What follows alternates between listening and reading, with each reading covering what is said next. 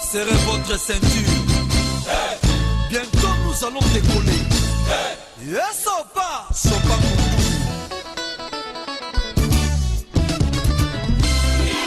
C'est bleu.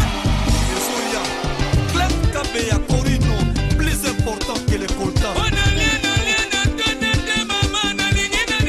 Bon appétit.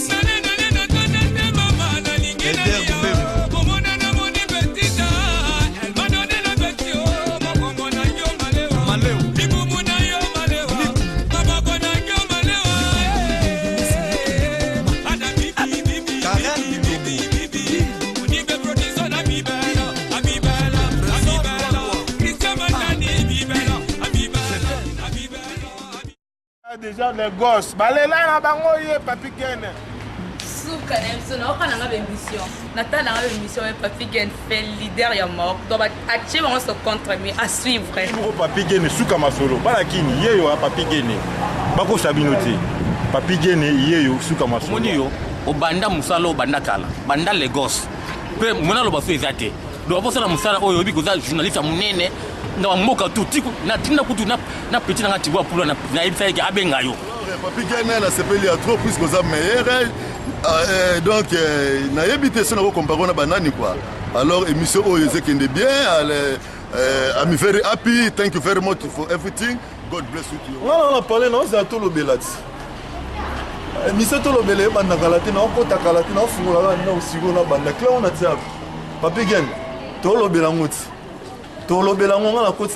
L'émission, mais l'émission Papi Ken fort, le meilleur journaliste moi bien, il y a propre autre Papi Ken, le meilleur du Maroc.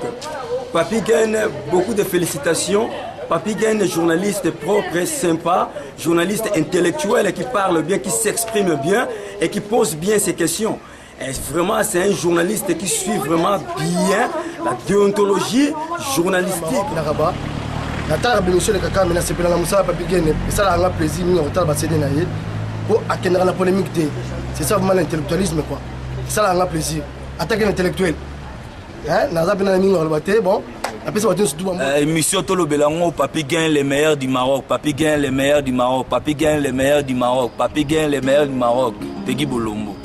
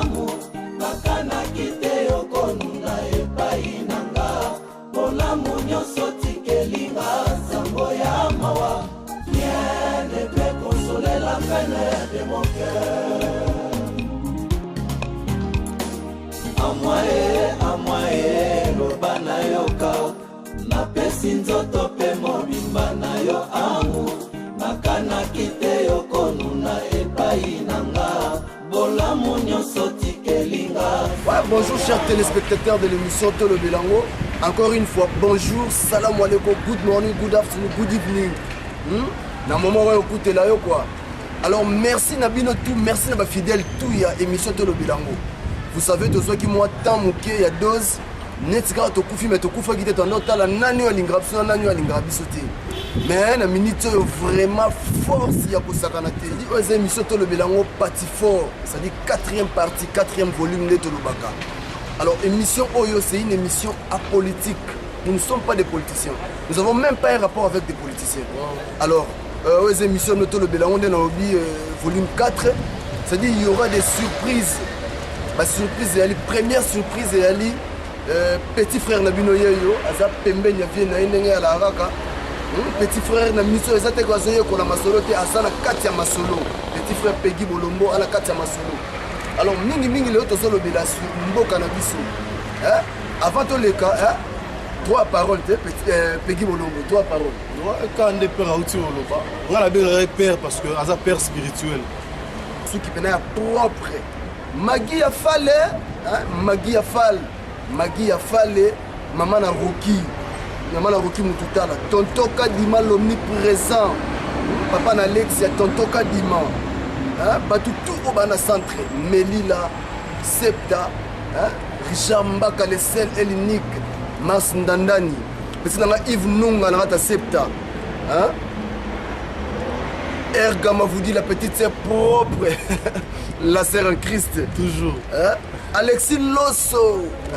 Joël Mouteba Gauthier. Code Pin. Nous savons que nous avons un père image étudiant Samba. Moi confort Code Pin. Tout le monde a nani. Tout le monde a nani. Guiato. Gentleman. Ah, bah comme il a raté. Bouteflika à la majuscule. Toujours. Balobi Dias Lutete na kata pa na ma Dias Lutete. Kiss Mboma wala ba Kiss Mboma beau frère nanga quoi. Chinois Manga. Mireille Gen. Motema Jéri Mboma. Bo est-ce qu'ils pardon parce que so lier na musala oyo. So lier na musala oyo, Babi Yasmine Gouame. Yasmine Gouame. Solange Mwanamputu. Tobo Sunani. Président Jérémy Mbiye, il est comme on a invité Peggy sur le bateau. Toujours, salam alaikum, tara salam alaikum. Tout le monde chapeau. Donc, mingi to bandi, Freddy Sido, sans oublier Chinois Manga. Gaye bine masole zalagi, nege pe masole zo kende. To bois qui Erma vous dise là. Ergama vous. Normalement, sans oublier Sylvie Diamant. Na Panama. Sylvie Diamant na Panama, fiston d'Orel, grand frère propre. Toussaint Bolombo. Toussaint Bolombo. Moutou Akani Masolo, Toussaint Bolombo.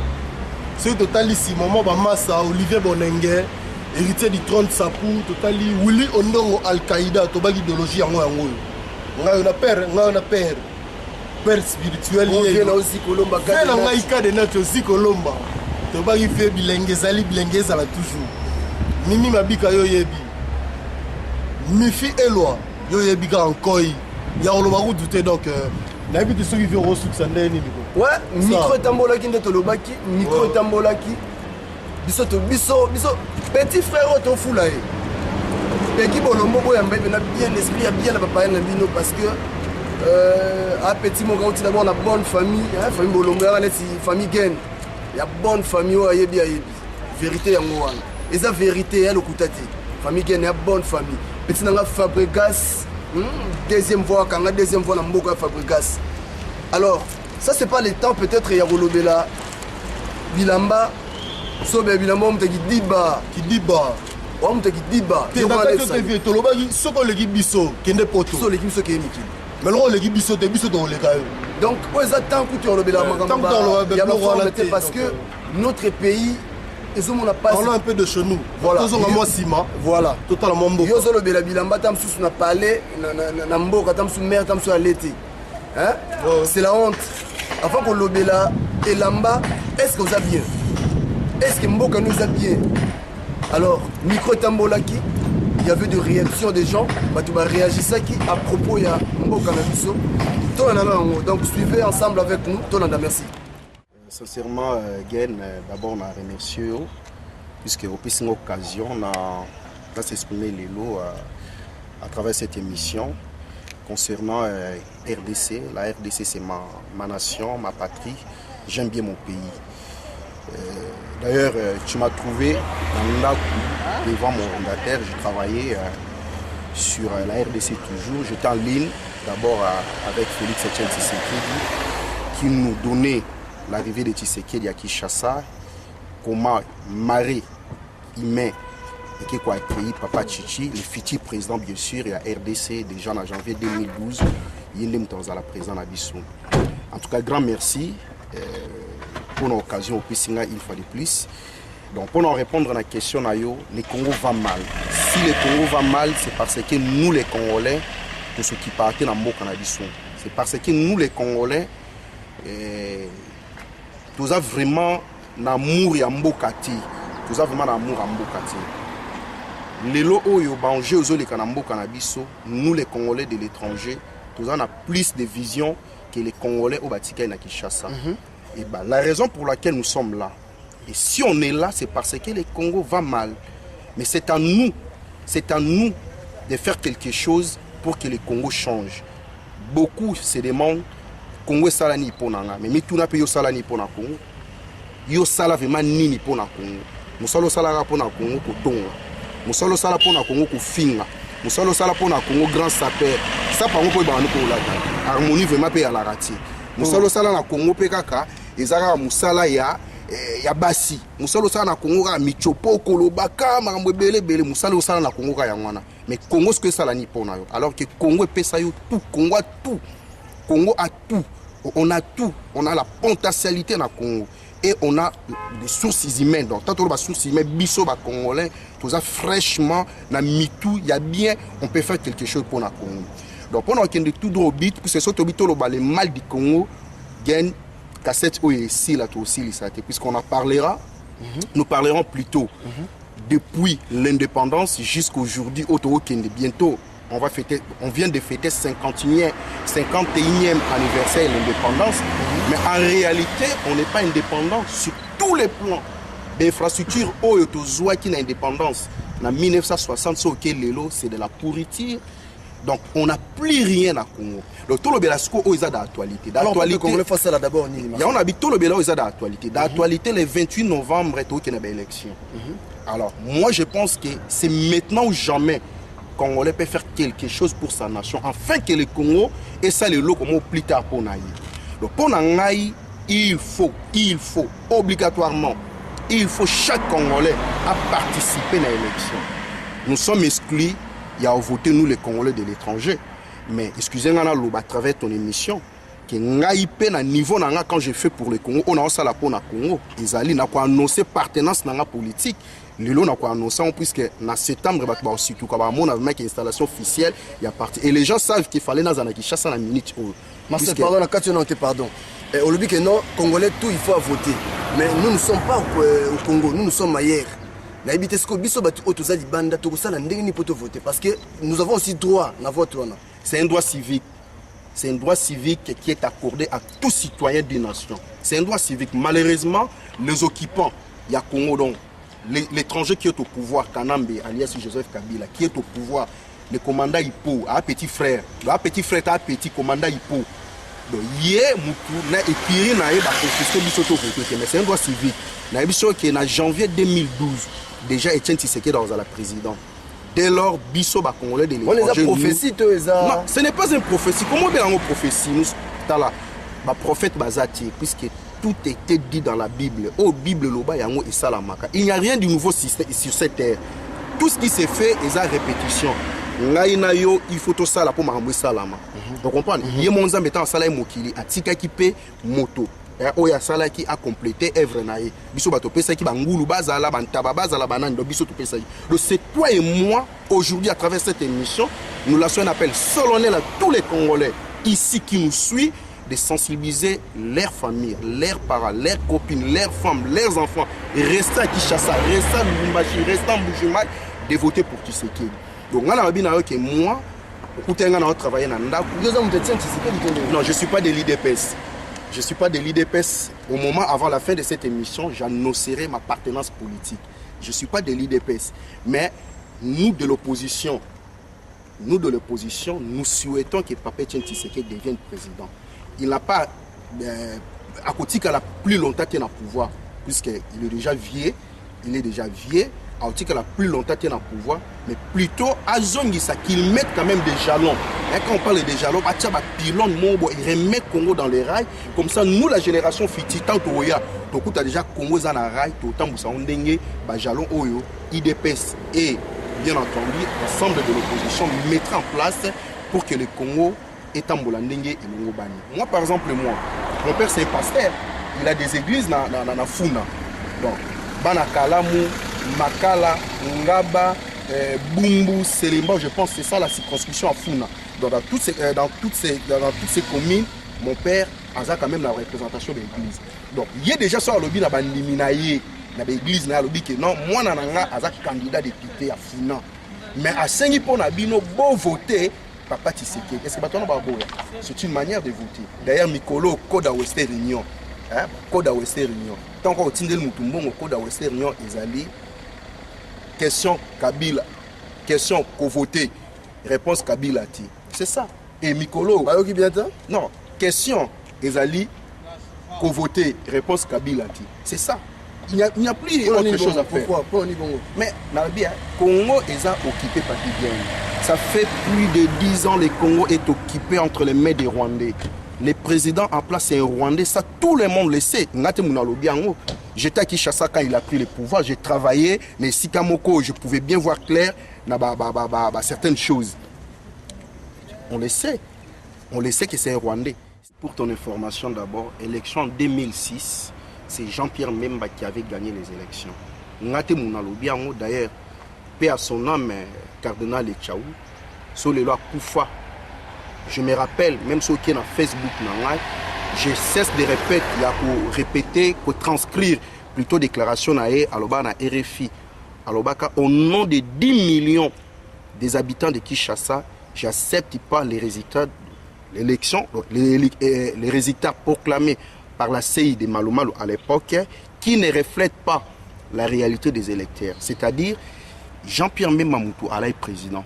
Mais comme c'était la volonté des Occidents, la volonté, il y a Batu Obalinko Konzamo Kili, il y a imposé qui commanda Ipo, Kanambe, le Rwandais a imposé qui est dans le pouvoir.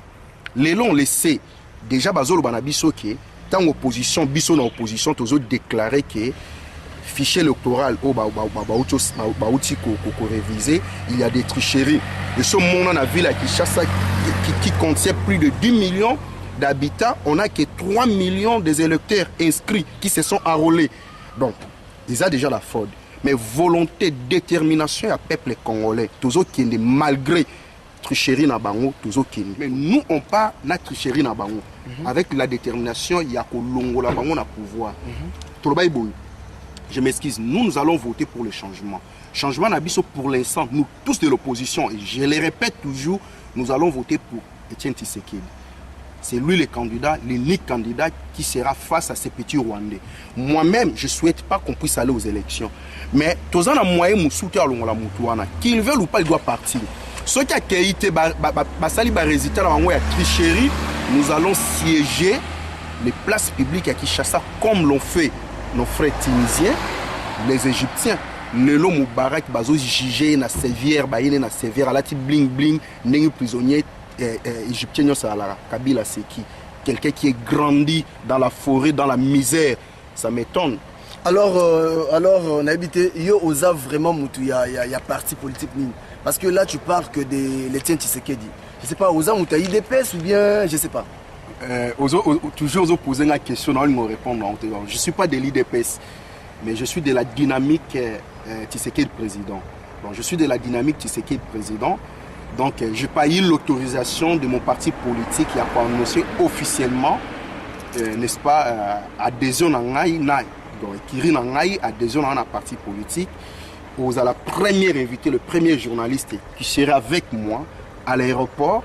Pour accueillir le président national, il y a parti à Zoya en mois de septembre. Donc, il devait être là, puisque tout ça, le congrès Sili à Kinshasa, j'étais invité, mais malheureusement pour des questions sécuritaires et puis stratégiques, à la guitare. Mais à Zoya en mois de septembre, tu seras au courant, vous allez inviter aux allants à l'aéroport, au Monaé, tant qu'on va installer Bissot. Et puis, après l'installation, nous repartirons avec lui à Kinshasa pour ma campagne électorale. On est déjà prêts. Pigeon, pour voter Kabila, pigeon, pour voter Kabila. Donc, nous avons beaucoup ça à Kinshasa. J'aime bien les raïs. J'aime bien Jibem Piana. J'aime bien Jibem Piana. Mais tu transformer en Jibem Piana. Azamwana Congo. Tu sais que dans moi Congo, tu voter. Tu relate à Polo. Soit après si Polo, Banakin, Bazu Polo, Balati. Après si la chaise a payé, qui t'a placé, tu as payé, tu vas parler dans la résidence. Après si mon bodame, mais na ir ne voter utile. Utile c'est quoi? Utile c'est qui plutôt? C'est Papa Etienne Tshisekedi. Donc ne t'en fais pas. La campagne ignon ça, c'est normal. c'est normal qu'abimisa mbongo apesa d'ailleurs mbongo azobimisa ngo papi Gen ma fille est née ici quand même quand on lui demande bien qu'elle parle l'arabe il dira que moi je suis la fille de papa Marcel Amieto et voilà je suis dans la communauté congolaise mais lui ata botama na Tanzanie ceux qui où sont ces collègues je suis d'abord très ravi puisque pour mon quoi je me suis pour mon pour na mirana ko s'exprimer au eboma na carte bien qu'on le fait au niveau ya net ceux qui na Facebook na photo profil na drapeau ya Congo na koma tout ba komelanga ba benganga longola ba photo no bazwa ba photo je n'ai pas peur si aujourd'hui moi je meurs Michael Amieto atika na histoire papa na kufa pona Congo Pierre Amieto atika na histoire papa na kufa pona Congo lelo Arma Tungulu est inscrit dans le livre des héros pour c'est tant qu'on rétablir ba héros national Arma Tungulu a reçu place écoute ba yuma musu ba chabango le problème est que congolais mettons nos polémiques de côté mettons la sapologie de côté puisque Moutaro là takito côté ceux qui aux en quoi bien te papa Mbaloba lui bien qu'à détruire mers mais aloba qui ils angole qui est angolo les angolo face paye angolo faut à la paix bogar quoi mais tout ça on en a côté je profite pour présenter ma condoléance na ba banderonio so oyo ils étaient touchés de pro de loin pour na deuil à Serre Nabiso qui encore Maman Titi, voilà. Vraiment, Papi Gen, n'a pas réflexion belée na deuil naï. Donc, avant vraiment, j'étais loin na musala na sala. Je suis journaliste après tout. Donc, moi, j'écris dans la presse écrite sur Internet. Na musala na ngai koto na sala. Quand j'ai appris, c'est une Guinéenne, une copine à moi guinéenne qui m'a appelé pour me dire qu'une de tes sœurs congolaises est morte, machin. J'ai na kati musala na ye na ya retard na enterrement mais na réfléchi. Nabina minito bana momi wana bana ser na biso wana bana kin so bazali na kin ba vanda ba réfléchir ni alors telle ce qu'on a condition to okufer là pour respect personnel quoi donc en tout cas, vraiment na regretter quoi ça peut arriver pour moi na otikani pour na bana mais les Congolais tous sont jeux pour na Congo en tout cas j'invite tous les Congolais à penser pour na Congo donc penser pour na Congo fait quelque chose le Congo fera quelque chose pour toi en tout cas merci beaucoup Gaël merci. Ndenge tu observes que biso to lobelaka posé miso to lobelango nous sommes apolitiques mais masolo ezota la mboka na biso photo lobela parce que émission na biso to titila yango to lobelango ce que to lobelite na yango koloba oyo ko makambo ezo senga mutu moi bande de l'école makambo ko senga bande de l'école donc biso photo développer yango na yebi élection za mboka na biso mais to senga na nzambe ke asunga mboka na biso kwa kolelele kiminga pesa biso président moko bien o akusunga mboka ke kolele longwa de to sambela ngwana nzamba sunga ka mboka na biso makile tanga te élection le kamangamba alors pour na bato bazana Congo oyo bako voter parce que biso to libanda peut-être voter na biso te surtout pour na bato bazana Congo bako voter conseil ni ko pesa bango bonga za pour mutu te prière ezaka ki nzamba sunga pesa président moko bien o ko conduire mboka na malamu ke souffrance ici là et puis c'est tout. Ceux qui ont vu le fille au voter nan. Ah toi c'est nzamba l'exception mutu malamu on les cas ko so pas za président pour nous voter pena za pour mutu. Toi quand on a président bien oyo sunga mboka ki malamu pour les laisser. Le basuka zani. Le basuka senga na nzamba za mawana eza toujours kana mboka na biso makile tanga te élection les malamu baza pe président bien voter les gars bien. En tout cas merci mes filles. Bonjour. Toujours le Berman pour la mboka na biso. Tout ça na élection. Point de vue na ezani. Mon point de vue na ngezaka ke ba congolais nyonso ba bazali banda par-ci par-là. Vous allez battre mon robot qui ne peut voter calmement. Les alatés pour un sentiment quand vous votez pour mon tour, on va pouvoir ça faire souffrir biso. Pour être tous en souci à mon cannabis. Donc, vous qui ne votez madame, vous chama bonne de nabino donc et pas à weke à son mambo cannabis comme moi pour être élection monsieur les Canadiens mon pas calme quoi donc. Monsieur Peto Zalibana, tous autres chama quand ma bonne de quoi qui s'en passe un jour mon cannabis développé net biso to ekokutana na banda donc tout le monde est au nom de tout cas au monde entier donc un jour pe na nzambe passe la biso grâce quoi que na Congo tout le monde a babika musu tout le monde ba libanda et bongo bandeko o bazana que ateki mboka pour ba pesier polo pour ba pesier masamba conseil ni euro pesa na ndeko donc conseil no pesa bino bandeko bozote ka mboka pour na biloko kolia pour na elamba quoi conseil no pesa bino donc botika wana za ba jemo quoi bien te quoi donc faut que nous malibanda pour comprendre ndenge nini vieux ko s'est passé libana ndé biso zo mona mo ana Maroc quoi donc boluka te ke bacorrompre bino mpona mbongo botala libota na bino botala bafamille na bino botala bana na bino lobi na bango kozala ndenge nini kwa mpo botambola bien na nzela kwa toyoki outi kolobake no na libanda toza ebele mais sikoyo na libanda toza ebele mais biso entre biso na biso bacongolais tolingani te conseil nini oyo opesa bandeko oyo baza libanda na diaspora? conseil na opesa bandeko na biso bacongolais oyo baza libanda donc tomipesa makasi po ete baninga ndenge toza mpe na mboka oyo donc toya kokuta bamarocain bamilingani donc biso mpe tozala unique quoi donc union fait la force donc sino te mpo tozala bamisusu na coin na bango na ndenge moko bien te quoi donc fo biso nyonso tozala elongo kwa tosangana tosala union fait la force ya congo kwa mboka na biso mpe tomongo biso. Conseil na Nzambe, le frère JD Sangoni.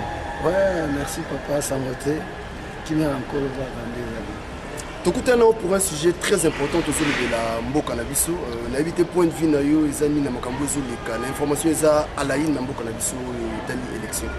Oui, pour nous vraiment en tant que serviteur de Dieu, pour nous mboka nanga j'aime beaucoup mon pays, na mingi mboka nanga. Bible zo loba na Psaume 122 verset 6. Et aussi mutu moko tellement prier pour na Israël, pour na Jérusalem, pour la paix à Jérusalem. Oh, côté monsieur Bible lobby errer la nation dont l'Éternel est Dieu. Ngana oloba na ba na Nzambe nyonso faut to sambela pour na mboka na biso. Malgré la situation, faut to prier vraiment pour na mboka na biso. Bible biso spiritualité au pambwami physiquement eza ngo pété et ya yango moko. Donc nous devons prier beaucoup pour notre pays.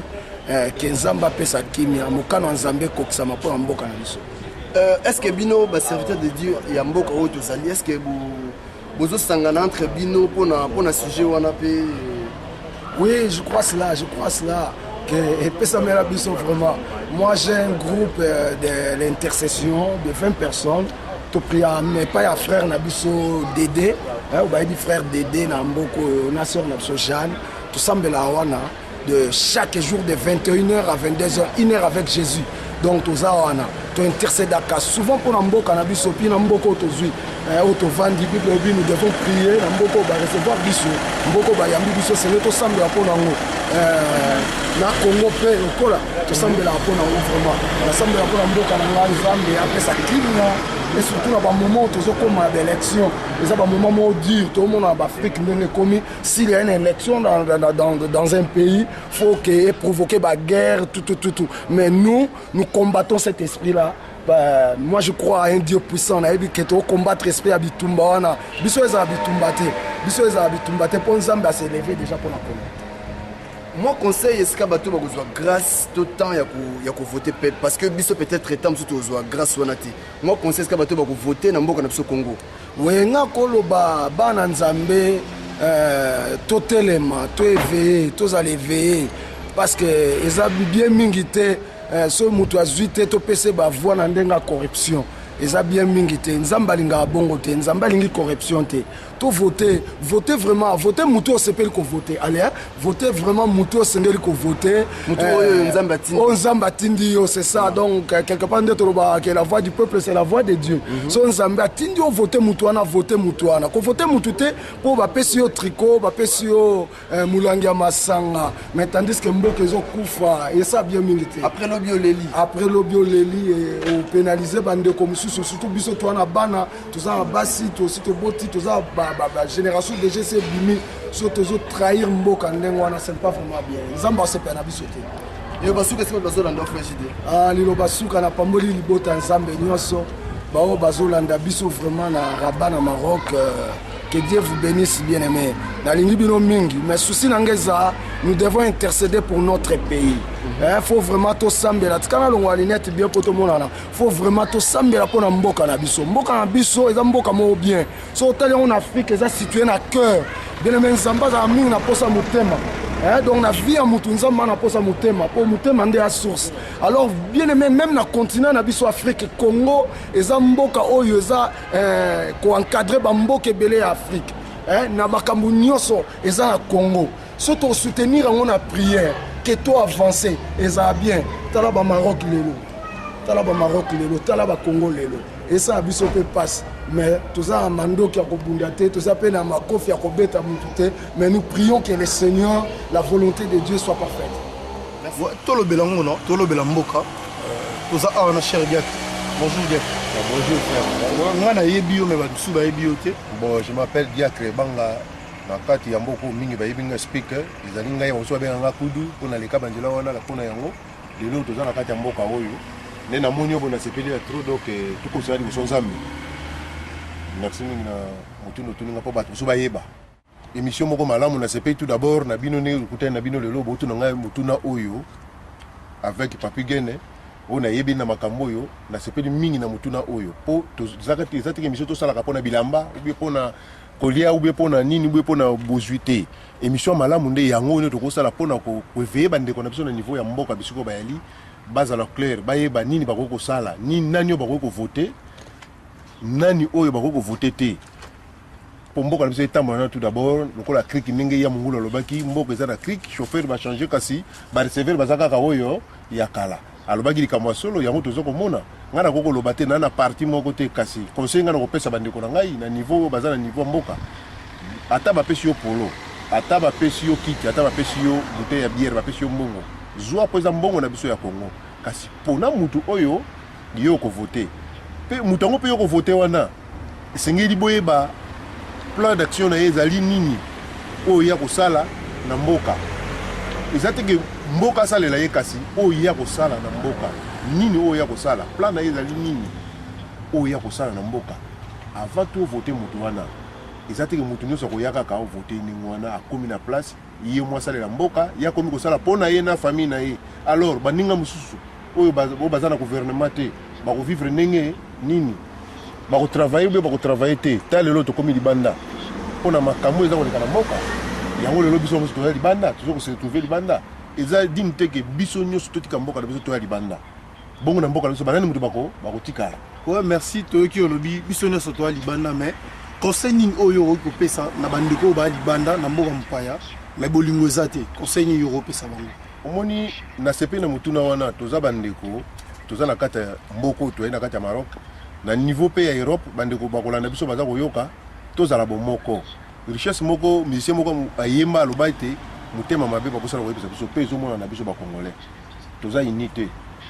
so toza bomoko même na kati ya mboka oyo toza bomoko nakanisi tokokende liboso communauté na biso ekende liboso partout tokozala bien tala ndenge bandeko bana poto baza unité bayokani bazala bomoko mpona kosoutenir bandeko oyo ya biso mpo baluka moye baleka na niveau ya mboka mpo bango bazwa bayeba kosoutenir mboka na biso mpo tosala kasi bamosusu bakokende bazochange na bango le côté eza bien te déjà kobomana yango wana tokoyoka na ndenge nini mboka ekomarche ndenge nini me bandeko bana gouvernement aza na parti tel ayoki parti kuna eza na mbongo atiki parti na ye ake na parti oyo wana oyo eza na mbongo eza en place mpona nini azwa mpo na ye mpo na famille na ye bamosusu mpe bazalaki na poto alongwe na poto azali combattant akiti kuna na Kinshasa bapesi ye poste abosani oyo abane objectif na bazali kolanda mpo na niveau ke mboka na biso ekende liboso toboyi te quand même toza bato toza na posa bozwi yango toyeba mpe ke oyo wana ozozwa wana eza ya yo te eza mpo na mboka yango tozomona eke mbala nsima soki makambo eleki ke moto oyo bino bovote mwana mboka azwi esika bato wana tokokanga bango bazongisa babien ya mboka bien ya mboka eza mpo na mboka eza mpo na peuple eza mpo na moto moko individu te nga na yo esengeli tozala mayele totika motema mabe totika motema mabe tozala bomoko totya nzambe liboso tout d'abord bana ezele po te bakota na mboka oyo etangamaki oyo bato ndenge babenge babete bakokende na mboka ya miel nakana mpo bakota oyebi nini eyaki babundaki ti bakotaki ezalaki mitinda one euteke epai ya nzambe po ete bakota kuna esengeli babundaki biso mpe bana mboka esengeli tobunda mpo na mboka na biso ekoma bien so tobundi te nani mosu awuta libanda obunda biso bato libanda bango baza na posa nde bazwa bien na biso mpo basoutenir bana na bango ntango bazokola mboka na bango ezala bien bana na bango bazala bien biso sikoyo toza kokende deja bana na biso ntango bakoya bakozala ndenge nini devant ndenge eza wana Kinshasa ntango nyonso baza kobeyela bato bakobeyela ntango nyonso biso bato ya libanda mbongo pourquoi pas biso bato ya libanda tosenga bango mbongo mpo na kala ezalaka moto ya na poto ake kotanga kasi papa na azofutele mbongo a partir ya Kinshasa tanga na poto na mboko na Maroc bato bana donc lelo naza koyebisa yo biso batapoto na biso bato komotinda mbongo na Kinshasa ok libanda eza souffrant na mboka no moko kozala lese par rapport à libanda na libanda eza na badroit mingi oyo kosala okokango te na mboka no moko kofuta badroit wana te alors toza komiyeba te mpe biso bakongo tona Kinshasa tolongola idée ya poto tolongola idée ya poto totia idée na kati ya mboka na biso totonga mpona mboka na biso ekende liboso biso nde bato kosala po mboka na biso etambola soki biso te nani mosusu akosala mopaya kouta kuna otonga mopaya koya azwi akei na ye sikoyo nani moto akotonga mboka na ye ezalaka biso mo bakongo toprendre conscience ke mboka na biso tobongisa mpo nde nazali ya boye nazali ya politike na yo yebi place nautaki ti lelo naza benonga soki nabimaki lelo nakóma na niveau ya mboka oyo mpo namonaki nazali komarche bien te yango nabimaki namoniki epai na biso kuna soki olobi ke ofanda bakolandela yo mpo na nini ofandi nzoka nde mosala nyonso ezalaka na contrat ezalaka mpe na suka nango alors contrat eza te ngai nayekola mosala na bamindele nakokoloba bango te bamindele moto bayebisanga contrat 7 ans na signé deuxième contrat 7 ans ntina ndenge bavague oyo eyaki lelo na continua mais nosala bénévolat ezalaka te kasi bino bana mboka baye boza kuna bofongola misu bolanda bilandalanda te bovote mutu oyo boyebi ke aye na plan na ye ya malamu alakisi bino nini ya kosala mpo na mboka noke mboka esala mpo na ye eza bongo tu yo mpe mwana Congo meme oza libanda conseil na kopesa toluka moye toza na esprit ya créativité toya na Kinshasa totonga même bapetite entreprise oyo ekoki kozwa ata 5 personnes 6 personnes batravaille wana mpe eza mpo na développement mboka na biso so te na mboka Maroc mbongo bazozwa na Europe yango bazwa kotonga Maroc mbongo bazozwa kuna baotonga baentreprise baotonga mboka na bango eza te ka gouvernement moko eza kotonga eloko nini eza na mboka oyo bango mboka lelo soki otelemi l'équipe so na plan politique ngai na yo na plan économique nini oyo tokosala biso moko tozwa mayele to prendre conscience ekozala malamu yango napesi bana nyonso ya Congo courage botelema mpona ete mboka na biso ekende liboso. Merci koyo bandeko oyo babima kini baya poto bakenda partout na monde koluka mais bakoma kolakisa bilamba conseil nini oyo opesa bango mpona bazonga mwa nsima batala nsima ndeko na ngai bilamba eza na ntina te lelo oyo boye tozomona neti bato mosusu tobengai bagrand prêtre ya bilamba bakufi base retrouve na rien na Kinshasa bana eloko te mingi teyoka bayemba bango na banzembo babwaka bango na Kinshasa aza na eloko te famille eza kosouffre ti lelo atika bango na souffrance sango kaka lekaki ngandi sango kaka mutu wana alataka sango kaka mutu wana asala boye eza bongo te bilamba eza na ntina te elamba okoki kosomba yango mpo olati bilamba ezali eza kwanga te mpo okoki kosomba elamba olati elamba ya chere bongo soki olete ceinture yango otelema ndenge nini susi na biso eza mbongo tokosomba elamba 3000 ube 5000 okosomba elamba zwa yango kende koinvestir na mboka somba ata mwa ferme moko tia ata basoso ebanda oboto otekelaka bandeko ata bamaki ozosala ata mwa baviande banini oza kotekelaka bandeko kozala bien développement déjà yango wana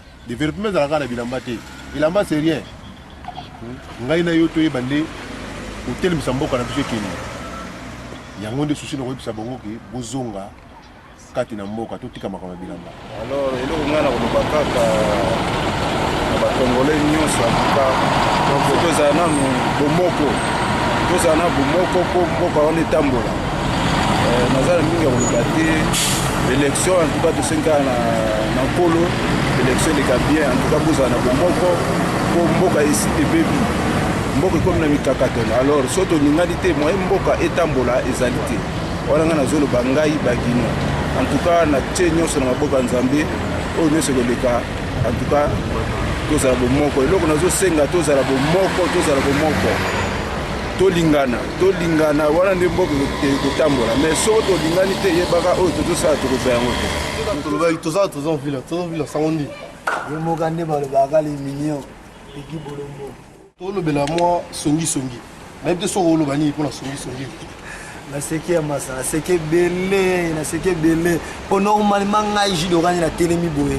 songisongi ya mpona badio te songisongi toyebeli omonda ntie ebalike songisongi ya mpona bamomi mais lelo tokamona bamboko maro tokoti donc eleki biso danze bamomi bazongi nsima songisongi mpona maboka badio donc mawa trop vraiment mais sikoyo baye oyo balobaka mingi bapetite oyo balobaka tro yo koyebisa yango nini oyo eza jus d'orange toza vila bapetite oyo balobaka tro donc bino boyebika jus d'orange le papa de tous les chouchous donc mingi olobate donc bokendaka toujours bokendaka bon mpona bajo baolobaka to parce que jo bazoloba to mingi omoninga nga na la famille mvila mpe nga mvila nde na telemia mais mingi bakoti mvila comprendre mais toyebani tona mboko toyebani donc nga na mvila donc balobi ebele libanda okomprendre quand dezo basongisongi tocomprendre onge songisongi ya masola bayaya okomprendre bamomi bazongi nsima mpo mingi balobaki surtout mpo na mvila donc balobaki ebele yango na se présente taki mvila ma original epe ye ya telemi donc tolobela masolo ndenge mpo bana atz omonika ni na telemi na relax ya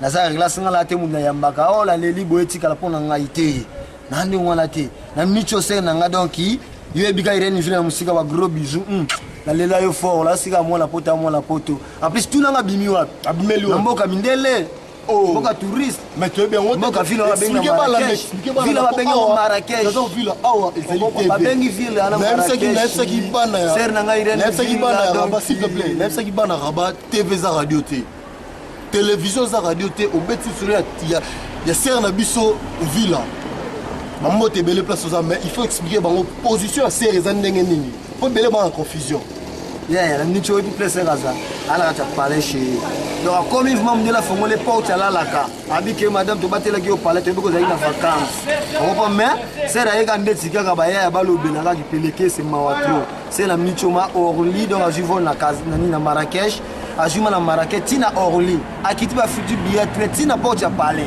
donc c'est wa zoni mboka na les poser comprendre yo bika masolo ni tambula irene villa vraie chérie tala kaka yo bana Rabat na fseki bino mona poto za mona poto on comprend irene to bengela comme fleur rose ya fleur mode atanta ika quelque part on peut a wuli sende ko boka mai mais ba ojela ngote fleur boti comme na quelque part mo fleur ka ok on comprend na micho sungi ba ya donc vraiment ma trop et tant que vrai Joji d'orange na opé c'est la bino sungi ma en plus place au vandi sungi ayebani sungi place avandi azali ayebani.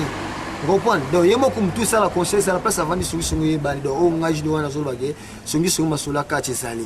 Vous comprenez? Place n'est pas bien, mon ami, place à Zali, donc, Songi Songi, donc, dans le mythe d'orange, j'avais volé l'état normal, il est dans l'état normal. Vous comprenez? Les années de Blanga, papi, il y a l'onaki. Vous comprenez? Aya Boaki, il faut me Blanga de Boti, même si c'est pas comme il y a pour un bloc en Balia. Vous comprenez? Il y a un psycha Baya qui Songi Songi, donc, pas si mine, quoi. Tu n'as pas Kokolo Baye. Bakanche songi somba yakuteza pona ba momi mais ba yose utuvant ki songi za pona ba jo do ma trop bana Rabat bana Kaza bana Fez te saki bango que télévision et radio té baloa qui peut l'idéologie cette personne n'est pas à vendre to ba parler oyo za otekate mais bazana la confusion va comprendre ki bien té venanga zakai ba bas place aux ali ba mbote ya trop mais est-ce qu'on a l'obéra idéologie ce que bateau va mettre en forme batama ba valise et tout bazolobela mais yo ce que tu vu là oui valise exacte to baté ma position à l'isolé za ndenge ni solo na la bus valise mais belle to no batama ba valise ba mais toujours ba ngote mais yo ce position abo c'est des jus d'orange à l'amboko ngana bien yo no sara ba on faut expliquer ba bazolanda yo abika ki pe tombe jus d'orange monela était la journée ki musika na ki ba téléphone ba kone ba répondeur on prend des tickets comme les libres valise bien en plus la ba cible place mukile luka ampala.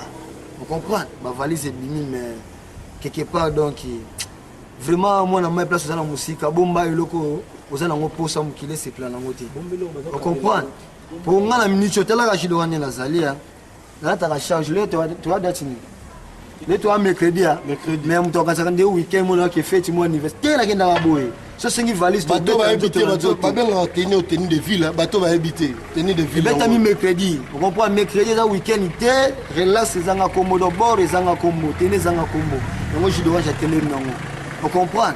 Mingi, tu comprends, c'est belle que, ah, moi, je suis à Londres, c'est le bio yaboué, tango yaboué. Au moment de la carte, pépé, tu as fait la tala kaka. Ma trop, oh, jaquette, blouson, nini. Donc, ma trop kaka. Vrai, il y a la faute à la combattre. Luka la motokina yo l'esprit bien vraiment comprendre on a conseil la piste pour la question de salinga bien la question bosso la yo la masanga dasi yo bigaka jago aliko fengombe yo biga pour la masolo donc masolo tout monde la biso donc tout monde papige na lalio papige na zongi sima mais web ça va le pour le moment donc na musika bazo ka son que très image moi les gars qui boy bah c'est ah image bah est-ce que image moi les gars boy na mikilia nga image ya motela na YouTube oh journaliste ya ngine ba singa papi gain ngabe ah moni yini ngazana to be nga ma yasika mtala musi marok na bilili yate ya ndambu te moni osinga boy to tala TV ozanga mobimba on comprend donc ta normal quand les obetelo que papi gain donc o ya confirmer donc na ko peso komodo na yebité donc mukili bombo e bagaka ke ezande ngini bilili mingi ren villa mingi to be ta cette place pour la mingi ren villa la reine Fleur Rose, Irene Villa, bébé Gou, la fille du soleil, Talagaka. tala kaka film moko donc asali mwa kipele ya mingi oloba te Reine Ville de vrai chéri kana musika donc mingi oloba te ba vrai chéri donc jus d'orange ya atelemi donc esali ngai pasi ke lelo ba jeune babimi wakana koyebana te basala bamilakisa kekeke mpo bazalaka mer mawa tro si totala bavalise oyo eyaki monene na mokili na totala oyo somba ala Medina ezala mpa na mibale donc oyo nyonso etikala ozolela yobi te ngai yo oyebi te ke obondela ozwa mbati oyo ngai etikala ya yo oyebi yango te mbati olataka na mulala bafleur wana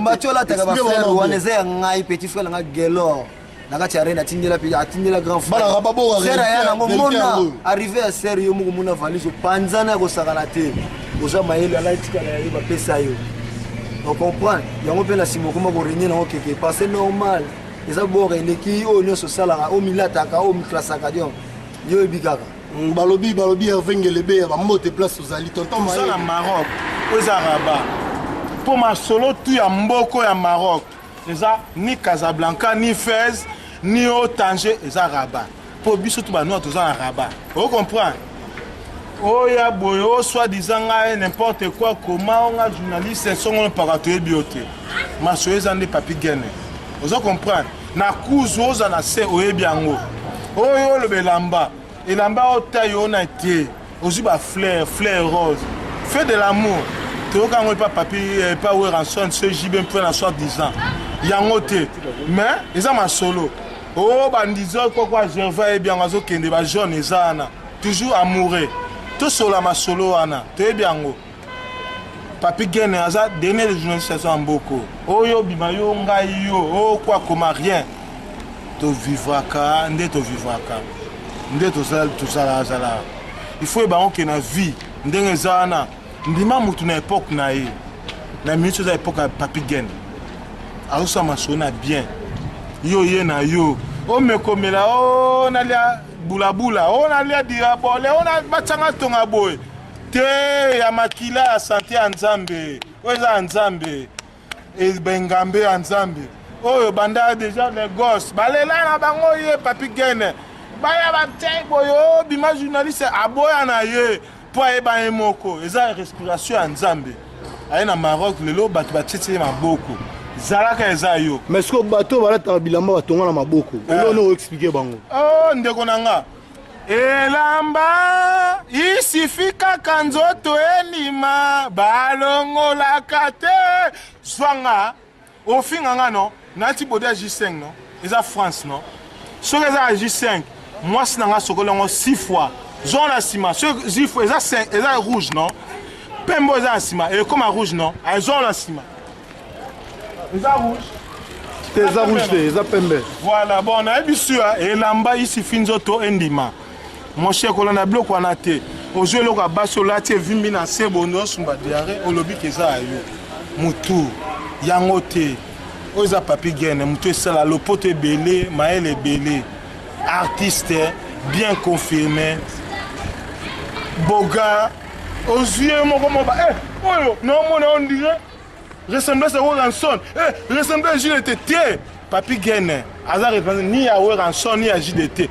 eza Papi Gene ka nde tolobaki ebele basolaki me balobaki vrai te siko toza awa tozopesela mingi ande masolo asongisongi baser baza bajo baza me songisongi eza mo ebele tobaki soki oleki biso kende mikili osoki oke mikili te biso tokokende mikili otikaka kidiba babi Papi Gene place ozali oyo masolo wana ezalaki opesaki luyalu masolo eke kitoko toza na ndeko awa ndeko bonjour mingi bayebi yo te soko se présente ko déjà sur bayebanga déjà na mboko na Rabat tonton Maël yeyo atia babi apresenta lokumu ya mboka kwa bende fe telema na kati ya Maroc déjà tonton Maël yeyo mokili fe yeba déjà tonton Maël ouais toza awa tozolobela lisolo ya songisongi eza mwa mingi na comité congolaise quoi soki conseil nini opesa point de vue na yo na bandeko bamwa songisongi na mboko nga na koloba en tout cas ndeko na ngai ezaka mwa pasi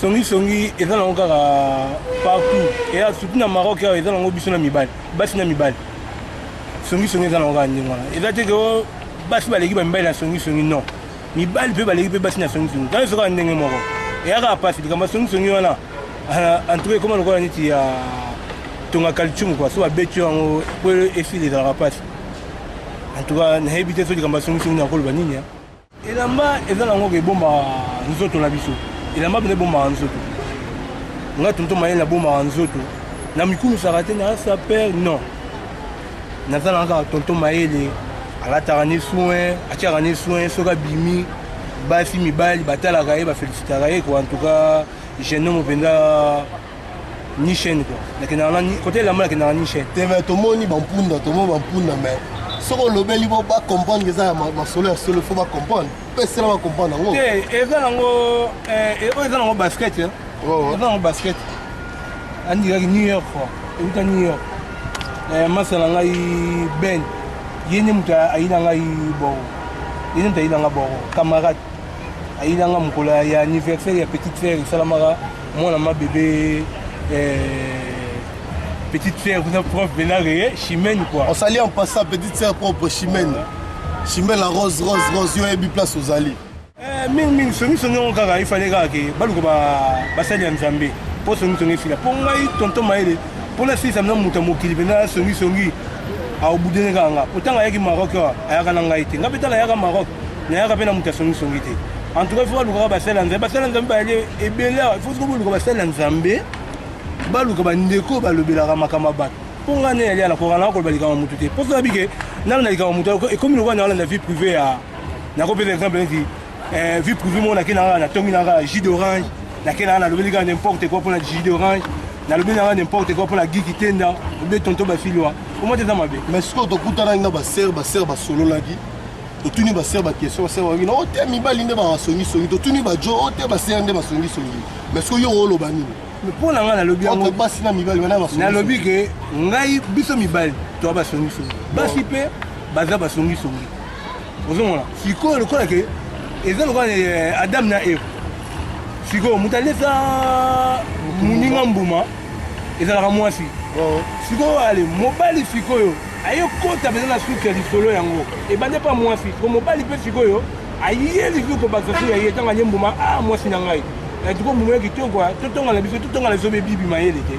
ayebandi mpo otongana bango bibi mayele me nzo wana bibi mayele petite frère ya tonton mayele propre ngai nayebi te sikoyo élection ngo ezali ya congo ya mboka na biso mpe ezali ya colonie te élection ya mboka na biso oyo ya rdc ngai nakomananga libanda te nazoyebananga te masolo me naosengaka elekaka bien mpo ngai aza nanga libanda makambo ya mboka kuna tolanda yango kaka na baneti lelo natali ndenge bayambaki mokonzi ya mboka ya titi quoi en tout cas nasepelaki kaka mwa mingi ndenge bandeko bayambi ye elekaki bien na mutu nanga mata yanfu ropele milbi ndenge abetaki en tout cas naza nanga libanda me naasoutenir Marie Paul le seul musicien oyo aza kobunda mpona peuple congolais c'est Marie Paul en tout cas bisika ropele aza na bamboka kuna en tout cas bafélicitation ropele nzambe apambola opposant na susi ya bana mboka mingi balobaka eza kaka élection ekende bien ekende mpena na ndenge moko ya bien quoi so liloba suka koyebisaka bato balanda batelespectateur liloba suka koyebisaka ngo eza nini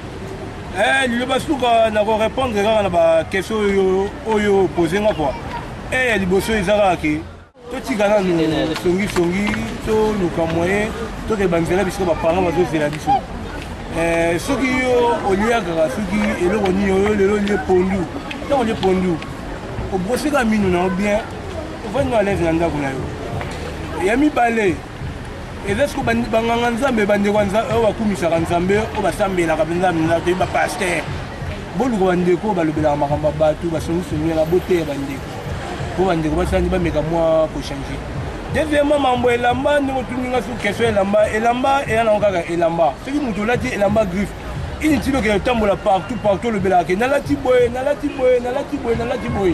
eza nango na ntina moko te soki ndeko alati ne bien kumisa ndeko wana ate ndeko ake bien mais eza teke okelobela oke ndeko wana kutu boye non en tout cas biso nyonso tina kumisa bajeune oyo nyonso tu balataka ala Maroc ya kamera na te soko ozwa kitoko oya telemaka bien na mboko mais soki bato basala bapublicité ya lokuta tomoni kwala eza ya solo kwala eza ya solo zara eza ya detan zara on alati oyo eza ya detan eya pasi chemise opose yango ya detan ya zara ya lien babodi bachemise bamapapa mais sikoyo opozwa chemise oyo ya detan eya mpasi eya mwa mpasi ngai mpo na ngai namirespectaka tan kua mpo na ngai na respectaka tan ngai nasombaka elamba ngai nasombaka na nga elamba ndenge tolobaka ke nasombaka na nga elamba nasombaka te ke yo batikeli ngai boye boye te nasombaka ngai nasombaka mais soki olati elamba zala à l'aise ke mutu kaka ye motanga aleki te ndeko na so mobali aleki bien ndenge mlamula bandobele baletala bango bien awa mais soko mona kuna bazotonga yango mona nga tonto mayela koma idéologie moboye nakaka na pale se likambo nabimi sa likambo nabimaka na nga te ndenge ezalaka mpo na ngai nayebi te mpo na ngai. Ouais, merci vraiment, merci à toi. Tolobaki yango, no, tobaki tolobela yango. Richard Mongo passe na doa, yo mba solo ndenge bandaka. Sans oublier Velanga Lilien Kaumba. Veyo yebine masolo yango ezalaki pe ndenge masolo ezokende. Parce que conseil ma opesa na bateau wala ta bilamba batonga na maboko. Pe leki azolobela yango elamba me batongi na maboko. Yo opesa on etake yo beta teni na mboko.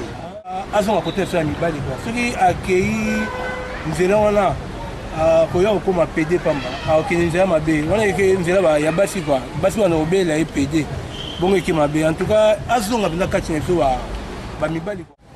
Comme vous voyez, je suis entouré avec des musiciens. Ils ne sont pas des Congolais mais ils sont des Guinéens, donc ils vont se présenter. Bonjour monsieur. Bonjour. Vous vous appelez comment? Moi je m'appelle Omar Doumbouya, je fais du rap, j'ai 18 ans. Tu vois, je suis avec mon staff qui s'appelle 4414. Toujours on représente et toujours on est là. Donc ça fait vraiment plaisir quand même d'avoir mon frère à côté de moi, de m'interviewer comme ça, des trucs. Quand même la musique c'est trop balèze quoi à l'époque. Le nom c'est comment quoi? Mon nom c'est Omar. Omar. Ok, il y a encore l'autre à côté de moi ici. Alors ouais, salut, moi je me nomme Alpha, mais mon équipe c'est Majorski quoi. Moi aussi je représente un élément de 414. Aujourd'hui on a une grande chance de rencontrer un frère qui va nous faire passer à la télé, tu comprends, avec une vidéo, mais on espère qu'Inch'Allah ça se passe bien quoi. Mais nous on est là, on représente toujours la 414. Ok, donc c'est-à-dire leur groupe s'appelle 4-4. Alors Omar, quelle sorte de musique vous jouez? Ouais, nous on fait du rap corps mon pote, toujours le rap gang français mon pote. Sinon pas sûr, on peut faire du test mon pote, toujours nous on représente le Fort 14. On va faire du test, mais est-ce que c'est facile de faire la musique ici au Maroc? Non, en tout cas c'est pas facile de faire la musique au Maroc, c'est chaud. Ne voyez pas la musique comme c'est de l'eau à boire. La musique quand même c'est chaud mon pote, tu vois. Mais nous on essaye de faire on essaie de faire notre mieux de ce qu'on peut faire quoi, parce qu'on gère la musique avec des études, tu vois. Donc il y a aussi des difficultés que vous trouvez ouais, il y a des difficultés qu'on trouve aussi des fois, comment on fait l'enregistrement des sons dans les studios. Tu vois, des fois tu peux tomber dans les studios et marocains, il ne peut pas bien enregistrer les sons. Donc il faut que toi, le négo même, tu te démerdes pour faire ton son, tu vois. Ça, on a des difficultés de ça des fois, comment il faut faire les sons, les enregistrements, tout ça. Avec les Marocains, c'est pas facile quoi. Vous êtes limité juste avec des répétitions ou bien vous livrez aussi des concerts, des grands concerts? Ouais, on livre aussi des grands concerts. Par exemple, s'il y a des festivals dans les grandes écoles au Maroc ici, on nous invite, on vient, on fait le show là-bas, on fait des concerts aussi et tout le temps on pose aussi dans le quartier, tout ça. Quand même on est un peu connu, on fait la musique. Donc à part la musique, vous êtes aussi des étudiants ici? Ouais, à part de la musique, on fait aussi des études, tu vois. On fait tous les deux en même temps quoi. Ok, d'accord. Donc je sais pas si tu peux faire quelque chose pour que les gens comprennent. Ouais, je peux faire quelque chose pour que les gens comprennent. Tu vois, toujours moi je représente le Fort 14. Tu vois mon pote, toujours forever for Dima quoi. Moi je fais de la représentation. Fuck you la France. Franchement je suis un malade mental. Ma mentalité respire de ma respiration. Je collectionne mes sons en compétition. Partout que tu vois le mauvais garçon, fais attention. Moi j'enquille le formation. A, B, C, D, E, F, G, H, I, J, K, M, N, O. Je me nomme O, je rime O. Je me nomme O, je rime O dans ma hall. Bad boy, flow de gangster. Je te inculcate, je n'ai pas en classe. Sale bâtard, si tu n'as pas de grade, gratte ta fesse. Je sens l'appui de ta pénis. Ta serre était l'une de ma mère. Pièce sale comme salope. Je n'ai pas fini sur mon but. Car je dois me tailler. Avant que je me taille, il faut que tu me tailles la bulle. Normalement, vraiment, point de vue, vraiment, dans mon mouvement, où est ami la politique. Ça empêche, ça empêche un mouvement trop. Mais mon souci est quoi que, parce que nous comme l'air de naissance, souci dans le pays, dans le premier zala, Nzambe atsa loboko, mutu oyo akamba Congo bi a diriger Congo, pour zala bien quoi, pour la famille, baza côté ana. Ma maman, Baleki, Bayaya, Donc bandeko donc baza côté na moi sur souci na vraiment na senga panza mais ming kimia ndeza na katsa Congo quoi. Yango na woloba. Conseil nga ming na pesa pour na mboka na biso. Na répéter sous papier que na vraiment politique vraiment ya mon na te mais souci ne pour naza congolais yango wana quoi. Ming souci de conseil nga ko pesa bandeko baza na mboka. Donc kimia kaka ezala en plus où ils ont vraiment capital donc nzambe kaka atsa loboko parce que yesu nde molongi na biso na nyonso na mambutu na ba projet souci na pe soué na ba élection ndenge za na Congo kimia nzambe ezala vraiment na katsa mboko na biso wana vraiment ça la biso bien quoi chant là nde baloba na lingane mwana mboka zala wana na lobité na voter mais na lingane vote ezala mwana mboka moi tant que congolais azana souci ta mususu yanga solo bi congolais azata mususu na souci nanga azana souci a diriger mboka kitoko azana souci ba pasi tala ba côté mususu bozo rande bazo violer ba maman na biso ba ndeko na biso ba yaya na biso ba lek na biso eza propreté comprendre eza vraiment propreté yango est-ce que to linga souci ya mboka na biso Congo vraiment zala ini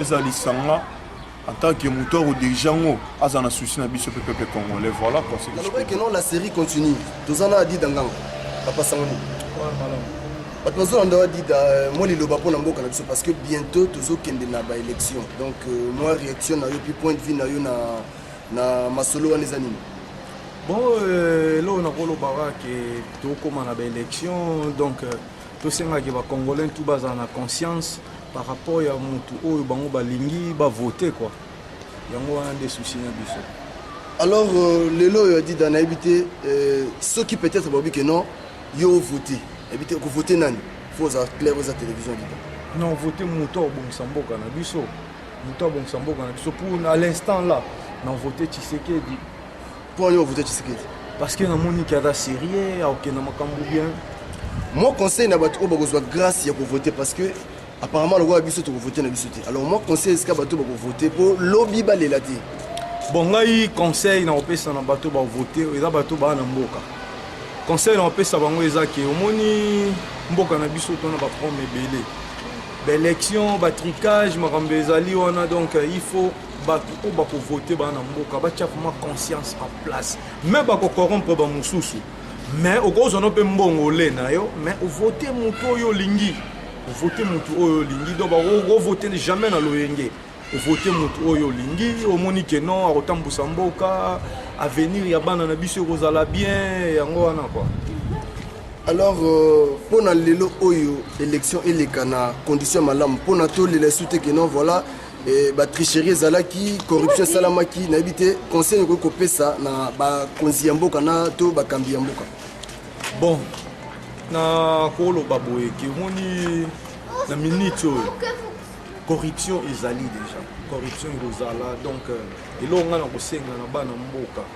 que ça soit comment il faut réalité et ça les gens bazwa conscience batiango en place conscience batia en place ba voter mutu oyo aza sérieux ba voter Tshisekedi omonaki makambo ezala bien mais bako voter mutu wana te kaka pona loyenge même apesi bino ba mbongo bozui bolie mboka ya kokende na ye un jour mais il faut bato bakotikala ba diriger mboka ya bato baza sérieux donc mboka ko continuer donc conseil na opesa na mboka na bana o baza na mboka ke ba voter Tshisekedi to na posa changement na mboka wana mboka wana ezotambola na ba mouton mais to lingi so tambola na ba mouton te tambola na bato etambola na bato ba mouton baza ba tentem bazotambusa mboka na minute mais biso etant que ba congolais ba vrai congolais to na posa congolais a diriger biso toza ebele dati ke mutu moko bwa uti soki mboka nini Rwanda soki Tanzanie aye bandi ko diriger biso et puis ça biso pasi ti lelo toza wana to bima loko to ba incapable mais cette fois-ci fin na e ekoki amata akita Dieu est juste il doit partir olobaka no mo bakobai ngo bazaba nani bakobai eza lo Kabila c'est un cobaye na batu na bango tout basa baza na gouvernement ce sont des cobayes confirmés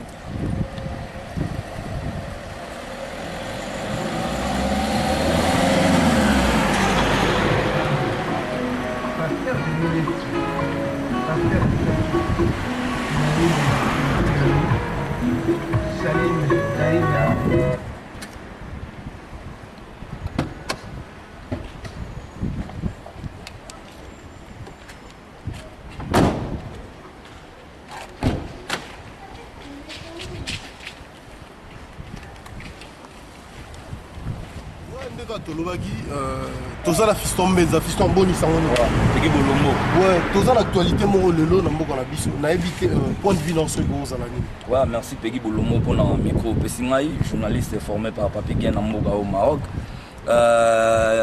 point de vue na nga primo ezali ke baélection eza na mboka toza tous conscient baélection eza na mboka mais oyo ngai vraiment tozwa makambo yango na motema tozwa yango na ndenge te ya soki ndenge nini te eza makambo moko ezwi mpe temps trop na mboka na biso ozo comprendre eza makambo moko ezwi temps na mboka na biso bon pays na biso tovota démocratie mpo na ngai take diaspora étudiant oyo atangaka na mboka oyo ngai na kovote Tshisekedi na vote Tshisekedi pourquoi parce que avec moto oyo aza na pouvoir epa na biso na pire esprit c'est un tintin vous comprenez c'est un tintin donc rien aza kutu donc na droit kutu ya kodiriger mongo aza na capacité te ya kodiriger mboka wana tu vois tozomona makambo eza partout tozomona bamboka eza partout badéveloppement nini oyo biso tozangi te epa na biso oyo tokofaire développer mboka na biso mais y a rien qui marche kozofere te biso basina de chanter des histoires pareilles qui vaut pas la peine tu vois donc biso toza déterminé diaspora ya kolongola mutu oyo aza wana il faut pas la peine so comprendre donc biso tolingi Tshisekedi aya parce que mutu wana abundi depuis mutu oyo yebi toza na ye awa tozali na cimetière kuna ti lelo azobunda kaka bapesa ye mpe chance wana parce que toza na mboka moko eza na mboka démocratie mutu nyonso akokoma président yo okokoma président ndenge oza mpe boye nga akokoma président ozo comprendre bato ebele mpe bakokoma baprésident kaka boye kaka bakomi na bango mpe baprésident mais tolingi motu oyo aza sérieux et puis oyo akoporter un plus na pays tu vois bit na biso badiaspora eza yango wana donc awa kutu donc biso mpe toza déterminé toza nsima bato oyo tu baza na mikili na Afrique du Sud partout on est d'accord avec eux tu vois donc tolingi mpena changement mpena na mboka na biso mais siko fiston mbenza na kati yo te mpona lelo baélection eleka bien eleka na kimia tolela esu te il faut tosala nini te problème moko ezali communauté internationale mon cher frère batikela biso temps tovote président na biso libre oyo peuple congolais aligné baya te koimposele biso ndenge baimposelaki biso la fois passée parce que la fois passée tout le monde biso wana biso toza na Zaïre toza na Congo wana na toye kotanga balibanda te toyebi ke ezalaki bemba moto arapportaki yango ozo comprendre nyonso toyebaki yango c'était bemba mais à ma grande surprise yoyebi makambo yango ndenge elekaki bon eza temps passé nde balobaka le temps passé ne revient plus wana esi elekaki eleki mais sikoyo toza na temps présent maya sika c'est ya chichi ndenge tozotala na bainternaute les gens chantent tikanga na vote na ngai ya chichi Kabila zonga na Rwanda Kamere zonga Burundi Kimbuta Melidia Mbalambwe Boya donc on est libre, on est dans un pays de démocratie.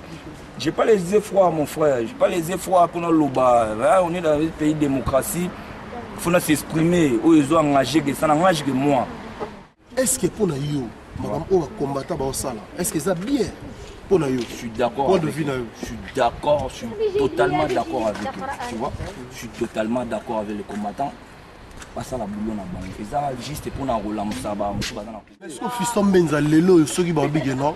To zongi pena to zongi na ta normal ba bige fiston benza lelo oyo ba pesi yo voix ba bige voter. Yo voter na. C'est clair et net. C'est clair et net. C'est clair et net. Na voter Tshisekedi pour na nga na voter Tshisekedi. To pesa epé chance wana. Oh abundi pe kala bana ko bunda tout ça kala bana ko bunda. Faut tous à la ini ninge yo na Papi Gain boza ini. Vous comprenez?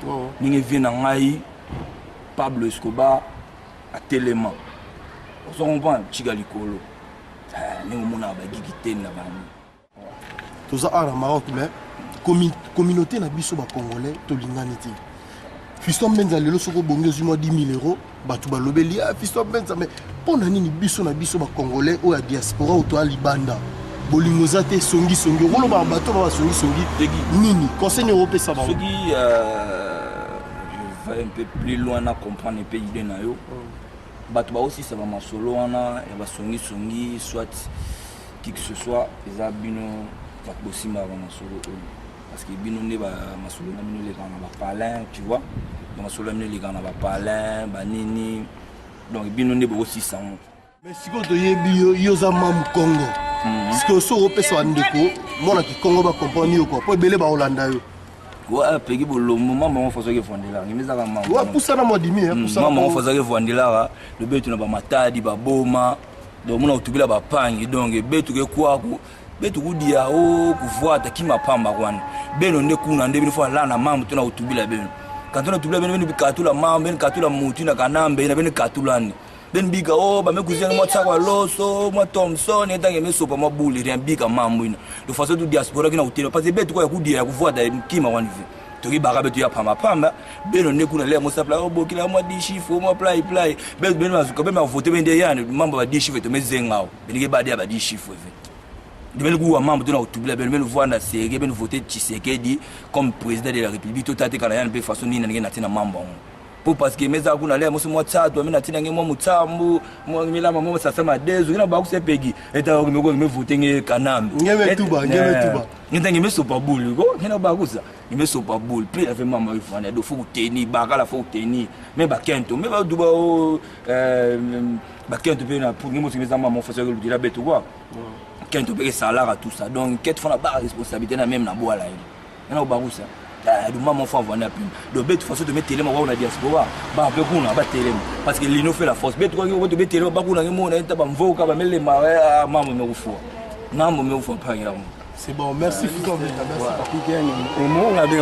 Parce que Aza Omonangai, vraiment, et ça, c'est vraiment partager sur notre pays qui est le Congo. Notre suggestion, plutôt dire, Ezali vraiment que ils ont ça la biso premièrement nous passe parce que Congo n'est Ezali. Le premier temps, nos colonisateurs nous ont essayé un peu de nous diviser. Mais normalement, que nous sommes, pendant que nous sommes maintenant présents, nous voulons maintenant que le Congo soit uni.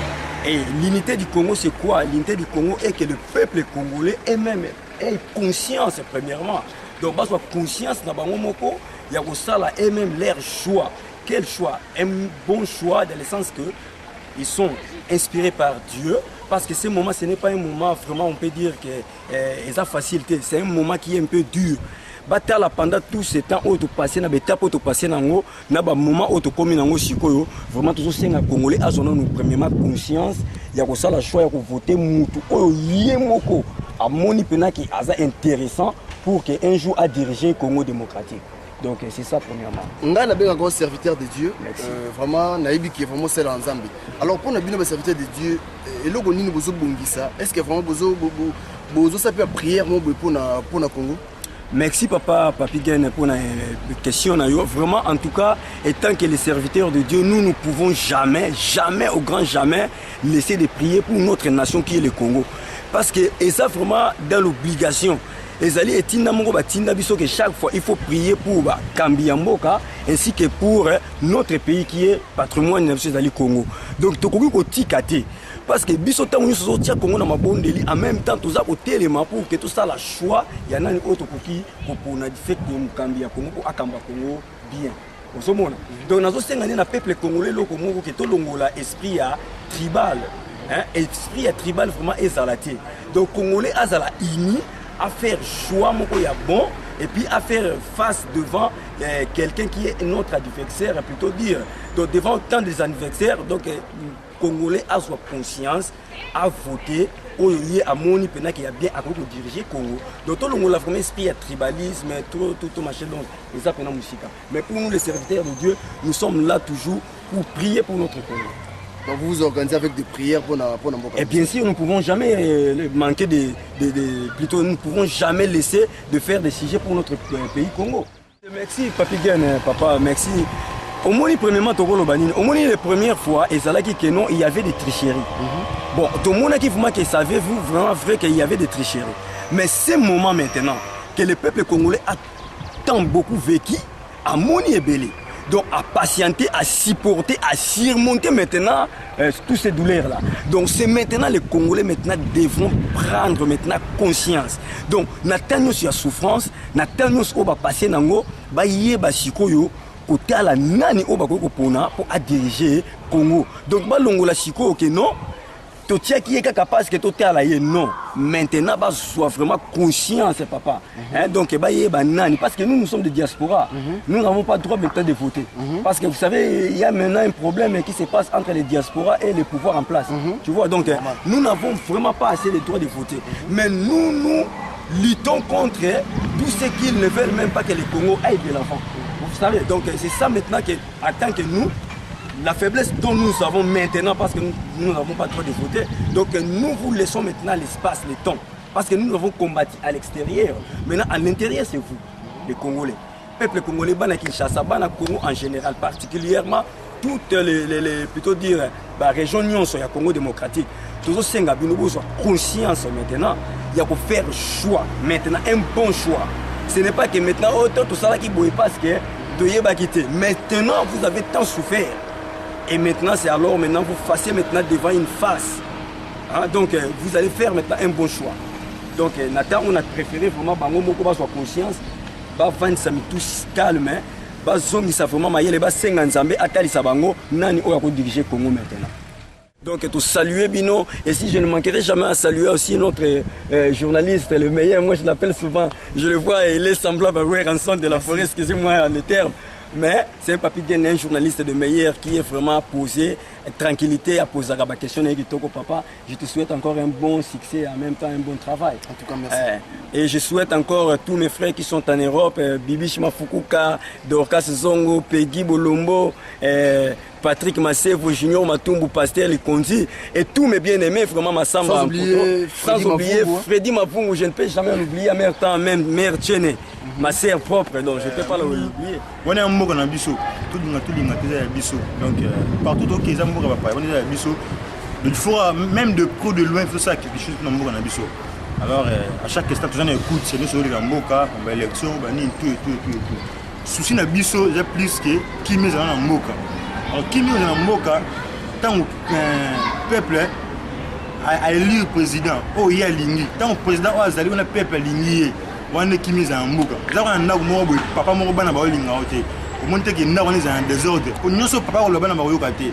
Alors on te lingi que non, moko na biso et na président moko oyo akozala ba ko mériter quoi. Ba ko za même une as président RDC parce que RDC a moko mo nena le loto mo en Afrique ba moko mi le ka biso à l'époque sera Mobutu te ba que non ba moko mi na pousse na te quoi. Na pousse na te na Congo mais lelo donc toi musika mais comme on l'a hype nana bamuka minga pimba mikemi on doit minimiser l'époque quoi le comme bamuka mon biso to banga à l'époque c'était pas ça donc to lingi que non crédibilité na zonga na muka na biso zonga na organisation ce qui biso to simani entre nous les Congolais to simani to lingani et puis to passer élection na biso na kimia fraude à la tête tricherie à la tête donc on a rôle ça qui non to lingi te makileta na Congo le biso nyinyi to libanda to za bandeko na biso na kini ils a pas si mingi surtout qui bitumisa kuna parce que attends ndeko na kufi ils a été ndeko na ngamba kufi donc ils a pas si mingi pour yora que non makile tangi na Congo makile tangi na Kinshasa ou na Lubumbashi na Kasai ou wapi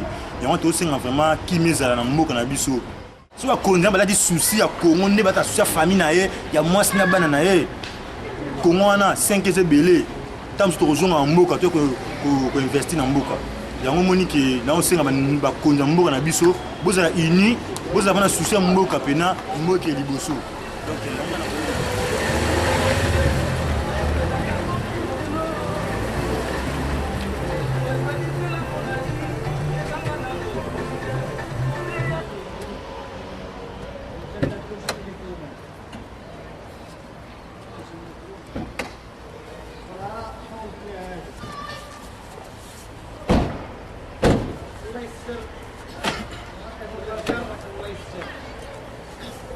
Ouais, bandeko ndeka toyebisaki bino toza na Fabrigaz ndeni Carré Peggy Bolumbu, garçon noir, petit frère propre, il y a Toussaint Bolumbu, formé par Papi Kene, équipe à l'Icolo, toujours, tout le monde a une image propre.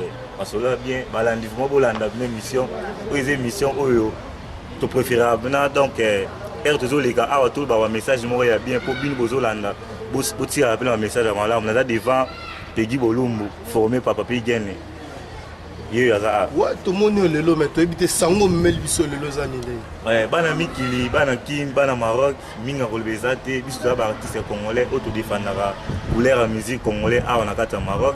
Na ntango oyo toza na mwa barepo ebele parce que mboka na biso vraiment eza na barumeur ya bien te mambo élection ceci cela biso mpe toza baartiste tellement toza na souci ya bandeko baza na Congo tokoki kolinga te tosalaka mosala kibuti wana eza lokola toza na souci ya bandeko bana Congo te etango toza bakinois toyebi mpasi oyo bandeko basufri nango na Congo totali liboso na biso bagrand mpe bandeko bana Europe nde baaplike balwa na bango concernant bamisien congolais na niveau ya Europe babeta sute biso mpe toza baartiste art toboyi bato baaplikele biso mo mitu esali toraisonne ke fo topema mwa ndambo tobetaka musique na niveau ya art mais tolingi so misien oyo talibana te aya awa ti mamélection esila donc musique etali na biso mo bacongolais oyo toza art mpona tiabola musique o boti po toboye art tolingi yango sute mpo mboka eza na leste te mboka eza na leste te biso mo tiabola musique tobosaka chaque jour mais topemi biso même barépétition a concernant mboka eza bien te totala mama mboka nde ezokende si tomoni kimi ekoti nde tokozongela mamutu en show mais mouvement eza carré wa Fabregas tosololaki na basere tosololaki na bajo tokitaki océan tokitaki bakaza